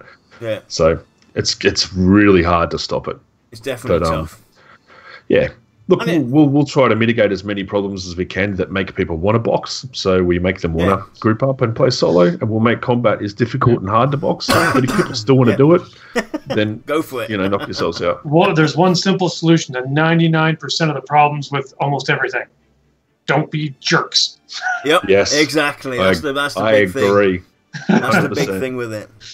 So, granted, I say that, but when I have a bad day, I'm one of the biggest jerks on the planet. So I apologize ahead of time. So let's look at this next one, and this is definitely a big concern for me. And again, it's kind of on the chart, but it's not. An MMO, obviously, being what it is, an online game that's alive and thriving and everything. That's something that I've missed in the past. Is the game actually resembling that, reflecting the times of, you know, of its age and everything. So if we look at World of Warcraft's Cataclysm, I thought that was a brilliant idea back then. Obviously having it stuck in there for eternity wasn't my piece of cake, but having events like that happen that you can talk about, that could, you know, maybe be an event of sorts, like a GM event or a world event, I think that's something that a lot of people would love to see, especially in this day and age with the technology that's available to developers nowadays, especially with the graphic engines and the game engines themselves, the graphics cards. The advancements we've made in the last 10-15 years have gone a very long way. So this is definitely, for me, a personal concern, but not one that's game breaking or anything like that. But do you think that for MMOs they should try to do more with their games, especially like, you know, with the livelihood of it? Well, I couldn't shake my head hard enough because I'd hurt something. Yes, I'm one of those firm pitchfork and torch kind of people that believes that old zones should not stay the same, because the world doesn't stay the same. Yeah. And the key to making a video game feel more alive is to change things. I mean, if you were to log into EverQuest or Anarchy Online or Conan Unchained, whatever they call it now, you go back to your starter cities, it's the same. Like with EverQuest, it's been, what, almost 20 years, and you telling me that this one guard is still standing by the door? Dude, you need a raise. You know, things got to change, even if it's just swapping out a couple NPCs to make things, you know, you walk through and you're not necessarily going to recognize that it's changed, but subconsciously you're going to realize that something isn't exactly the same, and that's going to make you kind of give you that little itch in the back of your mind. Go, well, what changed? I should go look around some more, pay more attention. And then, you know, 3 hours go by and you're like, huh, how about that? Yeah. It's definitely something that we want, you know. I think in today's day and age, MMOs need to pay attention to, especially the developers, is the small things that are happening within their world, around them, you know, their NPCs, their environments, etc. And I think it's definitely something that, especially us older gamers now, I mean, you know, we can call ourselves old. We're definitely in that region. You know, we're fed up with we're fed up with the way things are at this point in time. You know, and we see it everywhere in a lot of single player games. You know, this is taken into account. Obviously now in an MMO, it's not that easy, because it definitely devotes time and attention to it. You need to have a devoted team that are going to, you know, constantly be on the lookout for this kind of thing. But it's definitely, you know, one of my personal concerns for the future is, how do you keep on top of things like that if you do plan to do something like that? It is really tough, because like it takes a lot of development time to, you know, create these art, you know, assets and, you know, coding NPC behaviors and AI. Like there's a lot of work that goes behind, you know, things like that, especially NPCs that talk and interact with or give, you know, quests and things like that. So it's tough. I understand. Like it's, you know, 20 years going back to the same spot and it's exactly the same is, I don't know. It's such a debatable topic, because a lot of people like that. They go back, you know, reminisce. It's great for nostalgia. Yeah, yeah. But a lot of people do want change and move with the times, and we're in a modern society at the moment where digital age, everything moves fastly. You know, everything updates and expands, and, you know, new and fancy things. So it's hard from a games perspective. Look, we're using Unity too, so we can chop and change whenever we want. It's basically plug in whatever we want, so we can update graphics. We can, you know, change things around. Coding is a little bit different, obviously. But yeah, I can see where both sides are coming from. People I mean, just because of using Unity and being able to swap out a lot of assets, models, animations, textures, that's going to go a long way anyway, because, like, we'll take EverQuest, for example, because that's just where I can draw from more reliably, where, you know, you had your standard really blocky animations, you know, the 1999 graphics, and then all of a sudden, you know, the Shadows of Luckman came along, and all of a sudden we had, like, rounded shoulders, we had better jaw lines, we had better faces, you know, you could see a little sparkle in some of the characters' eyes. Models for the armor looked great. So it was like, oh my God, you know, it's just a huge shock. And it really made the game feel new on multiple levels, even though it was just an expansion. So with Unity, it's I'm not going to say it's an easy task. I know better. But it is an easier task than it was 15, 20 years ago. That's it. It's more manageable. It's not something Right. you just knock out straight away. It's like you can think about it and go, actually, look, we could look at doing something like that, and it'd be easier than it would be with another game that's fixed in, you know, Unreal or something like that. Yeah, I mean, who's not to say that, you know, 15 years down the road, when Pantheon might be showing its age, you don't go back to Throne Fast or Hounder's Cave, be like, well, we revamped a few things here to make it a little better. You know, now what's going to happen? Everyone's going to rush back to that zone. Well, I think a key factor for VR is, I mean, I don't know if this is going to happen to every single zone or every single dungeon, but what they've shown us with Black Rose Keep, the information given, having, you know, different varieties of level, I think it's going to be a key factor to keeping the smaller, older zones interesting for players of big, players of small going forward. Because, you know, even, you know, we talked about, you know, we haven't done a show on this yet, but we've talked about like having the idea of quest NPCs, for instance, are normally spread out into zones. You start off in the beginner zone, the newbie zone, you do your quest, and you move on to the next zone, and so forth. But what's not to say to have an NPC from the beginner zone offer me a quest at level 50, for instance, or at level 30 going forward? There's nothing wrong with that NPC giving me a new quest. You know, he might have some updated information, and with the tools that they're using at their disposal, I think they have the means to do something great. They just need to keep on top of it, and I think that they will. And I think that's, you know, the key factor is having that variance of levels. I think that's going to be golden for VR.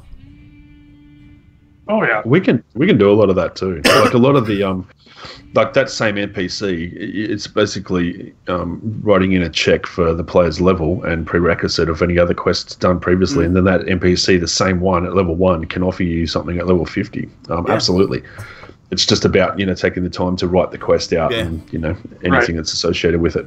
But yeah, things like that. And look, we're making Pantheon with that in mind, of keeping people coming back to zones and keeping zones populated. And that was the whole talk about the progeny system, with that idea of keeping people, you know, re-rolling. So you've always got players in the zones. We're very mindful of the game being too top heavy.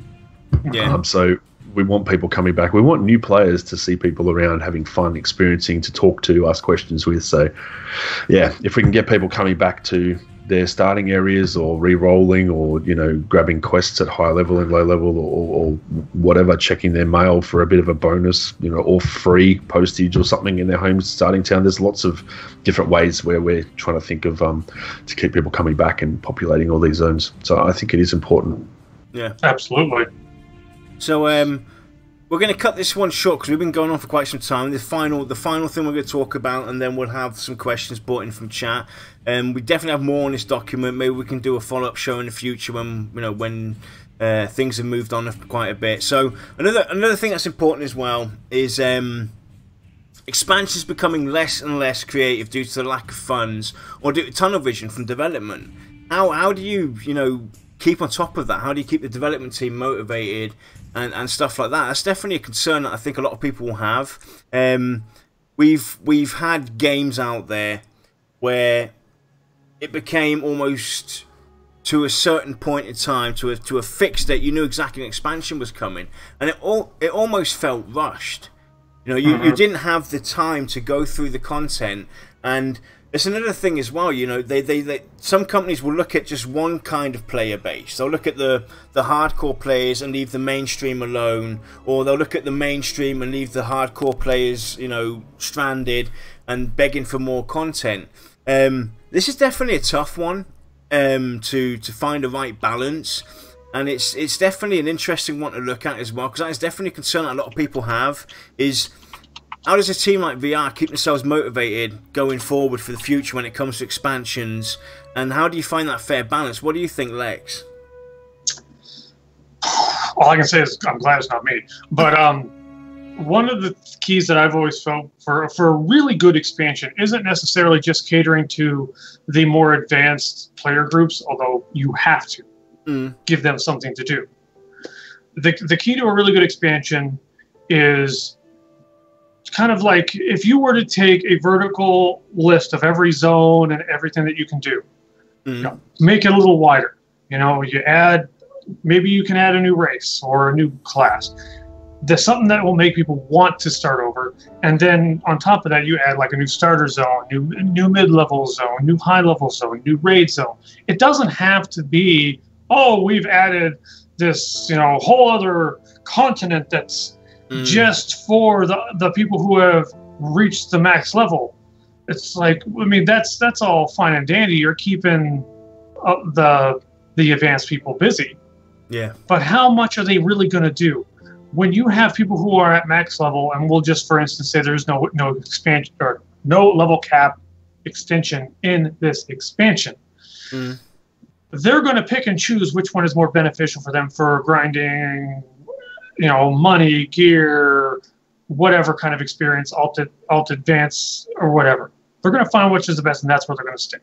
Yeah. Meaning the rest of those zones basically become ghost towns. Like a good example of one of my favorite expansions is Kunark from EverQuest. You got everything. Yeah. You got new race. You got a whole string of zones from level 1 to 50. And you got raid zones. And you got epic quests. And you got tons and tons and tons of stuff. And although I was level 50 at the time when it came out, I still went and made an Ixar.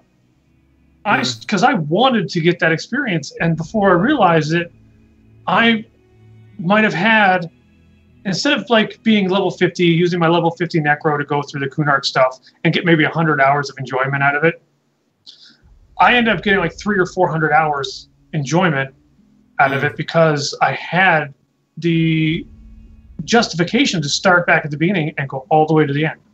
Yeah. Definitely. It's definitely a hard one to go for, and I think having that healthy balance and looking at your older zones as well and doing something refreshing there will go a long way. Do you want to add anything to that, Kilsin? Because it's kind of more in the...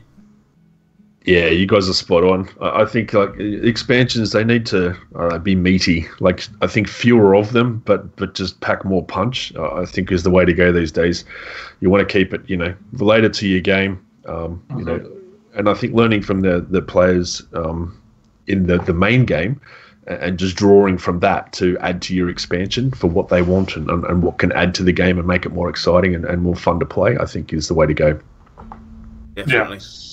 And with expansions, you know, if you go on a regular cycle, you know, having a predictable cycle for your expansion, it's not necessarily a bad thing. It gives the raiders a timeline to really push themselves for that competitive edge, or PvPers know when the next area is coming out, etc. Right? The problem is that it puts a lot of strain on a dev team. Yeah. Yeah, huge. Yeah, so it's like, I don't know if it's because I'm a software developer that I'm more inclined to just let them come out when they come out. But from a player perspective, I also like having a non-predictable expansion cycle because it almost feels like a special event instead of, oh look, the next expansion is about to drop. Yeah, I'm gonna get my credit card. Yeah, you kind of it's kind of like, you know, I've got to rush this one now, and then, you know, if it's, you look at the game and you think, I just spent months on end getting all this gear, and now the next expansion's coming out. It's like it took you years to achieve max level in the core game, and now expansions come out on the yearly basis, or whatever, or half year, or whatever you want to do, and you're like, you know, you're just rushing through content, and you know, having expansions, I can understand where the predictability comes from a developer standpoint. You know, they have to, you know, obviously look at figures, this and that. What, you know, what are players up to? Where's the core player base headed?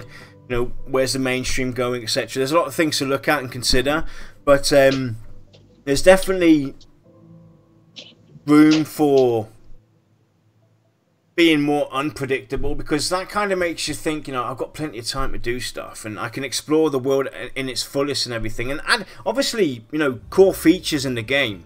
Adding a lot of features to the game. I mean, the perception system, for instance, is so freaking awesome and can be so powerful for Pantheon. And then if we look at the progeny system, if that gets implemented in any form or fashion, There's so much that they can do with all of that, and I think that's going to be the key factor. And like you said, Lex, keeping things alive in the lower levels as well is going to be key to all that success. But anyway, Right. Shy, any questions out there from chat? I'm sure you got a few. Oh, do I have questions? So again, before you ask Making the the first froggy one, work, I approve. before you ask the first one though, again, Kilsin was so kind to jump on today, and he's here as a player, not as a VR rep. Even though he went into a lot of that sector, we thank him again for chatting with us, for the insights and everything. But please be respectful and remember that he's here as a player, so don't take everything he said today and nail him down to it. It's a player perspective, and that's how we want you guys to respect it. Yeah, cheers, mate. So go ahead, Shy. We'll see what if it's going into the wrong areas, and Kilsin says he doesn't want to chat about that or can't. No worries. I tried to answer the ones that I knew the answers to for him, but, well, here we go. Tracking on TV would like to know if there was any interest in allowing cryptocurrency as an official form of payment for Pantheon subscription, or if that's been discussed yet. Not at this stage. We don't really have any plans for anything like that other than the normal, credit card or PayPal kind of thing. We haven't really talked about expanding into cryptocurrency because it's a little bit unstable at the moment, so not really sure where it's going. And with it's kind of the security issues involved as well. I should have asked. Sorry, Kills. You're right, man. I should have asked. Is there any questions for Lexa and myself, or they were just for Kilsin? They love Kilsin. I know. I say, who cares about us? Yeah. That's about what it was. Yeah. Right, Just so, screw you guys. We won't- Kilsin, I'll give you access to my PC. You can run the outro, mate. End the recording, end the stream, and I'm going to go to bed. That's it. You guys take a rest, take a breather. You work hard. Yeah, Kilsin's taking over. But I actually will take a breather. I'll be back in 2-3 minutes. No worries, well, man. And we'll you carry probably on. still be asking questions. Yep. I'm in charge now. Oh, God. Okay, Kilsin. Fizzle TV would like to know. He's actually got a monk question. Yep. And he'd like to know if the flying gale kick featured for the monk, is that a gap closer, or is it just a visual jumping sidekick? That's a good one. I haven't actually tested that myself on the monk, so I'm not sure, to be honest. I wish I could answer that for you, but I don't know. Flying Gale to me sounds like a jump kick. Yeah, it certainly sounds like it would be a gap closer. Yeah, like a rogue's kind of leap from the shadows behind a mob. It sounds like a jumping Gale kick is similar, but I'm just guessing. I honestly don't know. I haven't jumped in and played around with it yet. For some reason, I've got a picture of Joppa sitting at his desk watching the show going, oh, damn, it's got to be a gap closer. That makes a good point. Oh, God. Write the notes. All right. Let's see. Herdeker would like to know if VR is looking to push the game out by a certain date, even if player feedback says it's not ready, or will they happily push back the release date because of said feedback regardless of backlash to ensure the product is ready to play? That's a good question. We're not going to be pushing anything unless it's ready, regardless of feedback, unless we know from a developer's perspective that our game is ready and going to be put forward on its best kind of foot forward. If it's not feature finished and ready for launch, we won't be pushing it forward. We will delay it. We'll let you guys know. Obviously, we take feedback into account as well, but. Yeah, we've got a lot of people on the team with a lot of experience in this stuff, and we don't want to jeopardize our game or the success of it by pushing it out the door too early. So we're being very careful with that. All right, let's see. Now, Coach has a very simple question.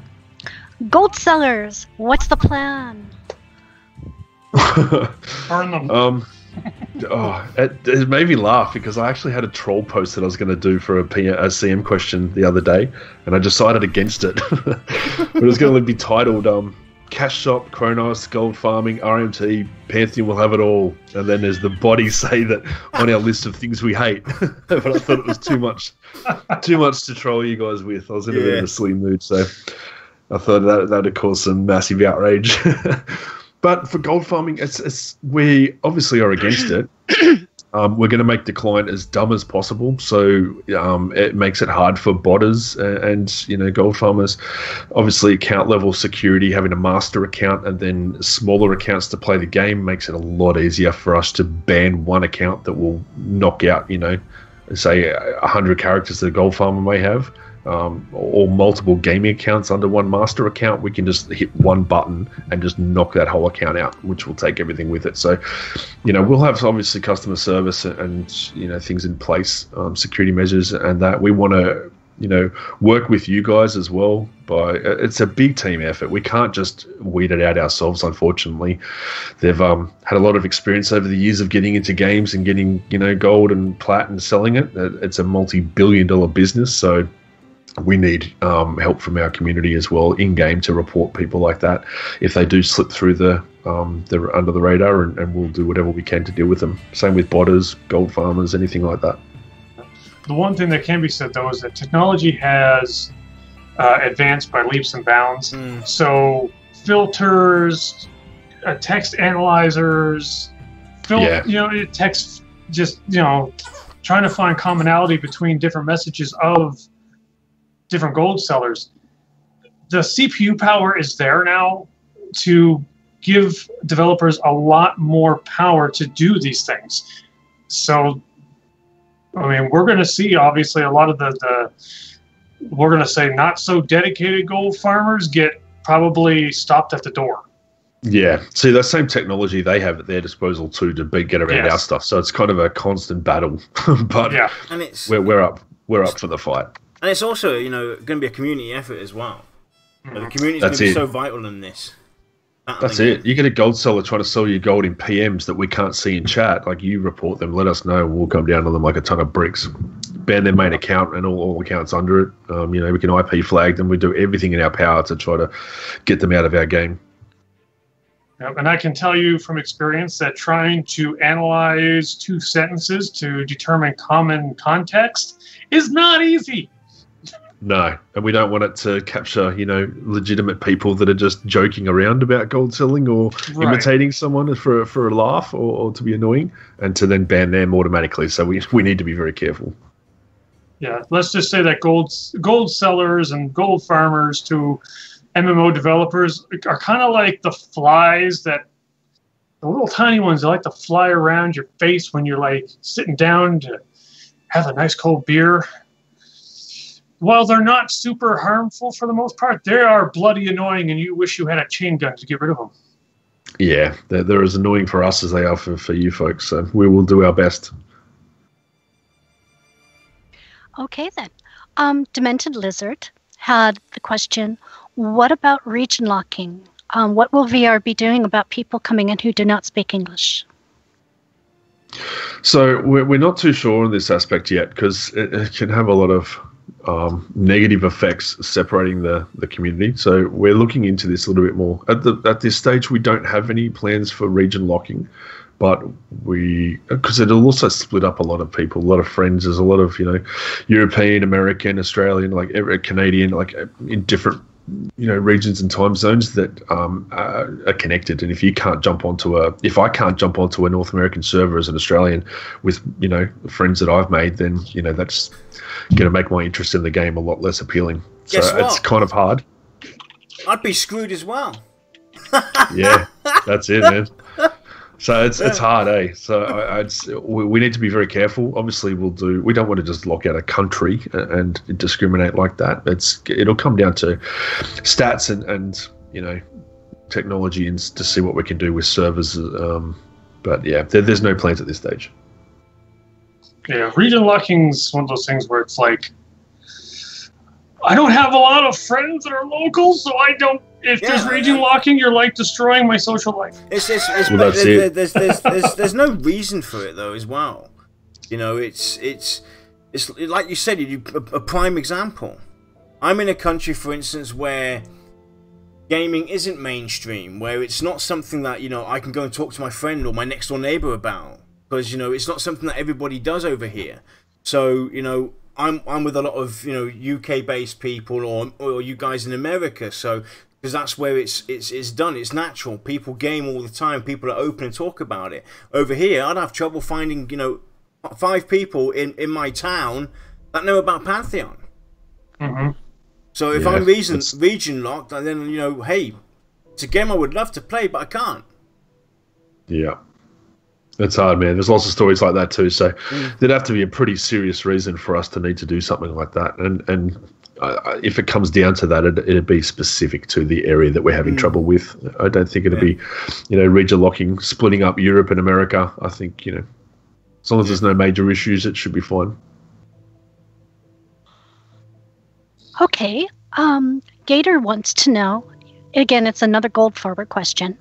How do you combat the people who are falsely accusing gold farmers? Well, that's a good one. It is. But That's obviously, tough. but not really, because from our point of view, when you create a report, we've got a pretty in-depth report system. So when you create a report, it also comes with logs of chat and you know, everything, a screenshot, location, so we can see the history and have access to that kind of short-term recall of you know, interactions with people. So we can sell we know if you've done a big trade of a large amount of gold that, you know, from an account that's 1 day old, we'll know that you've just bought gold from somebody. You know, if you've reported somebody who you don't like in another guild for gold farming, we can look back at their account, know that it's, you know, 3 years old, highest level raid tier, you know, got 3 accounts that are maxed, and know that you're just pissed off because you're in a rival guild. Like, we'll have that information available to us. And also, we're not, you know, kind of click happy. We're not going to just ban somebody on the word of a gamer until we actually have evidence for that. So, you know, banning is a pretty big deal. Yeah, it's huge. You're ending it's somebody's access to the game, their money they've invested, the time. You don't just click a button and terminate them because someone said they're gold farming. Like, you need unless their name's Lexa, then you just ban them. Well, that's different. I ban him. Oh, he sold me $10. So not my I mean, Lexi. When a report comes across to a developer or you know, a customer service rep or whatever, all, you know, basically they get a name. Now it might as well just be John or Steve or Joan or Stephanie. They have to look into it. You know, you can't just be like, oh, that looks like a gold spammer name, gone. Yeah. They owe it to the person who reports the incident to look into it.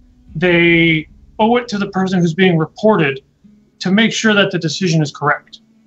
That's right. And if you make too many false reports, there'll be repercussions for yourself as well. So to spam accounts and reports on somebody you don't like just because you don't like them, or you think they trained you or did something bad to you or stole a kill, or, you know, or outrolled you in loot that you've been waiting for 6 months, right. Like it'll come back to haunt you. If you're going to try to abuse the system that way, then, you know, it'll end up coming back to... Now, here's a question, the one that I've actually been a little curious about. I've kind of been on the processing end of these kind of requests. Personally, there are some that come across that are actually, you know, a little bit funny. They put some thought into this report, and it was you could tell it was mostly to make you laugh. You know, how do regular customer service reps or the like usually view that kind of stuff? As in, like, a funny report? As in, like, mixed up with all the serious ones?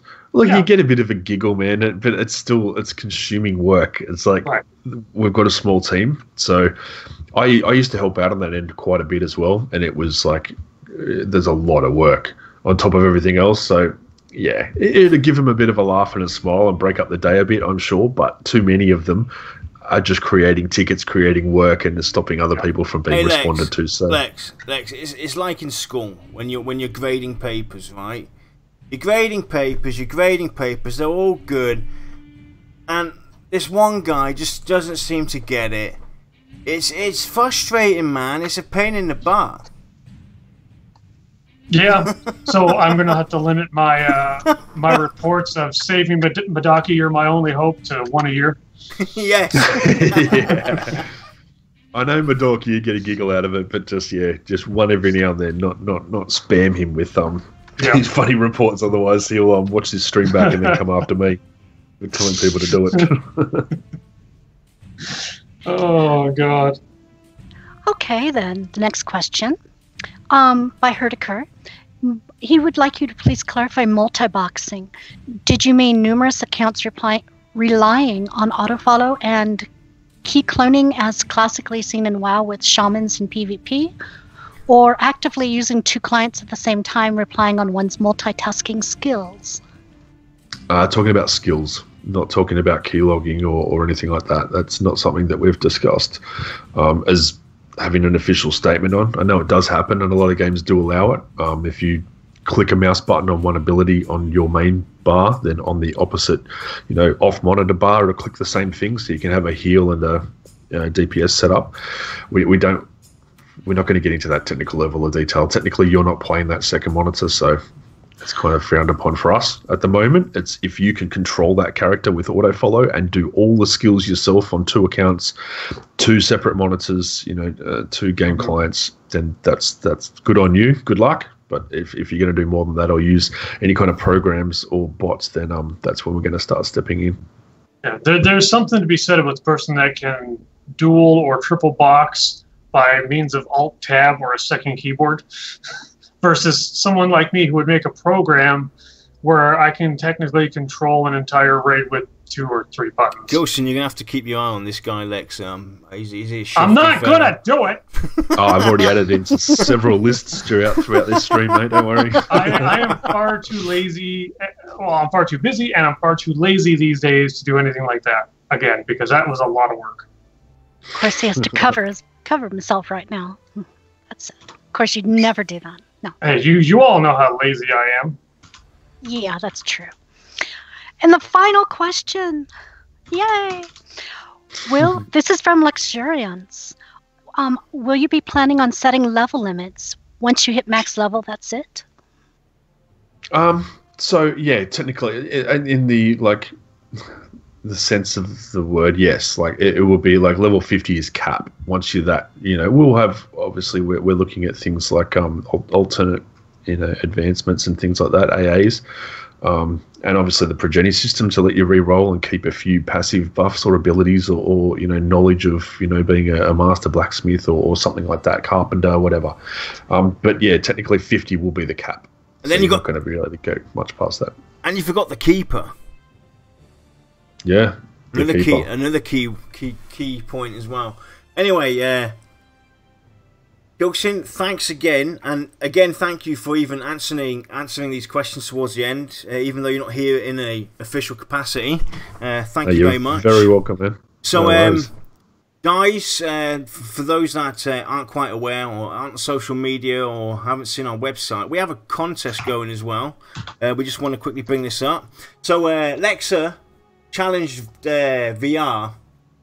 When they were going through Black Rose Keep, he challenged VR, and Joppa accepted this challenge to take out a mini-boss in a legit way, and they did it.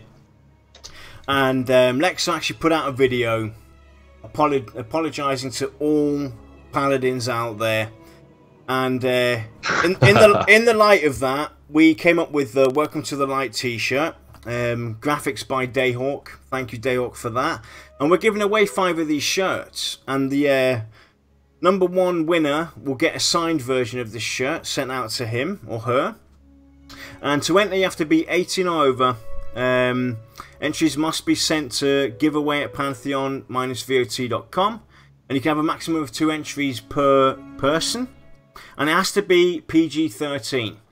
The end date is June the 8th at 5:59 PM Eastern Time.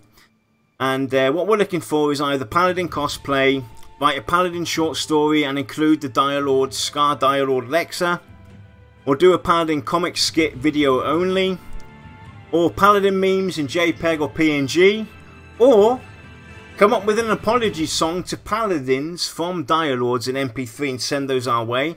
And you might be one of the lucky winners of this wonderful t-shirt. So there's our contest, and again it ends June 8th. And I'll sign it in blood.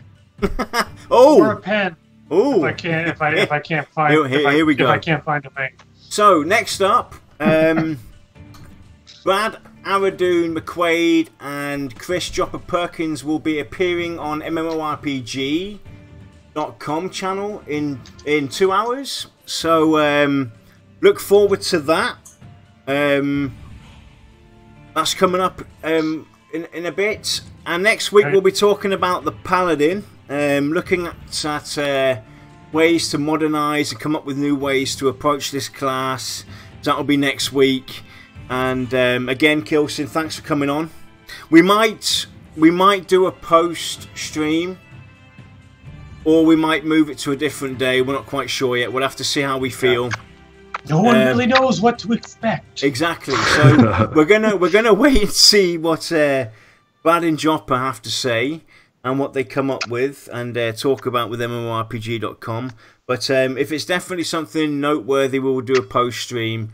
So stay tuned, keep your eye out for our channel, because we'll be there where the action is. And again, Kilsin, thanks for coming on. Thanks for putting on your hat as a VR CM and answering some of these questions. Very welcome, guys. And thank you very much for having me. It's always a pleasure coming on and talking to you guys. So thank you very much for having me.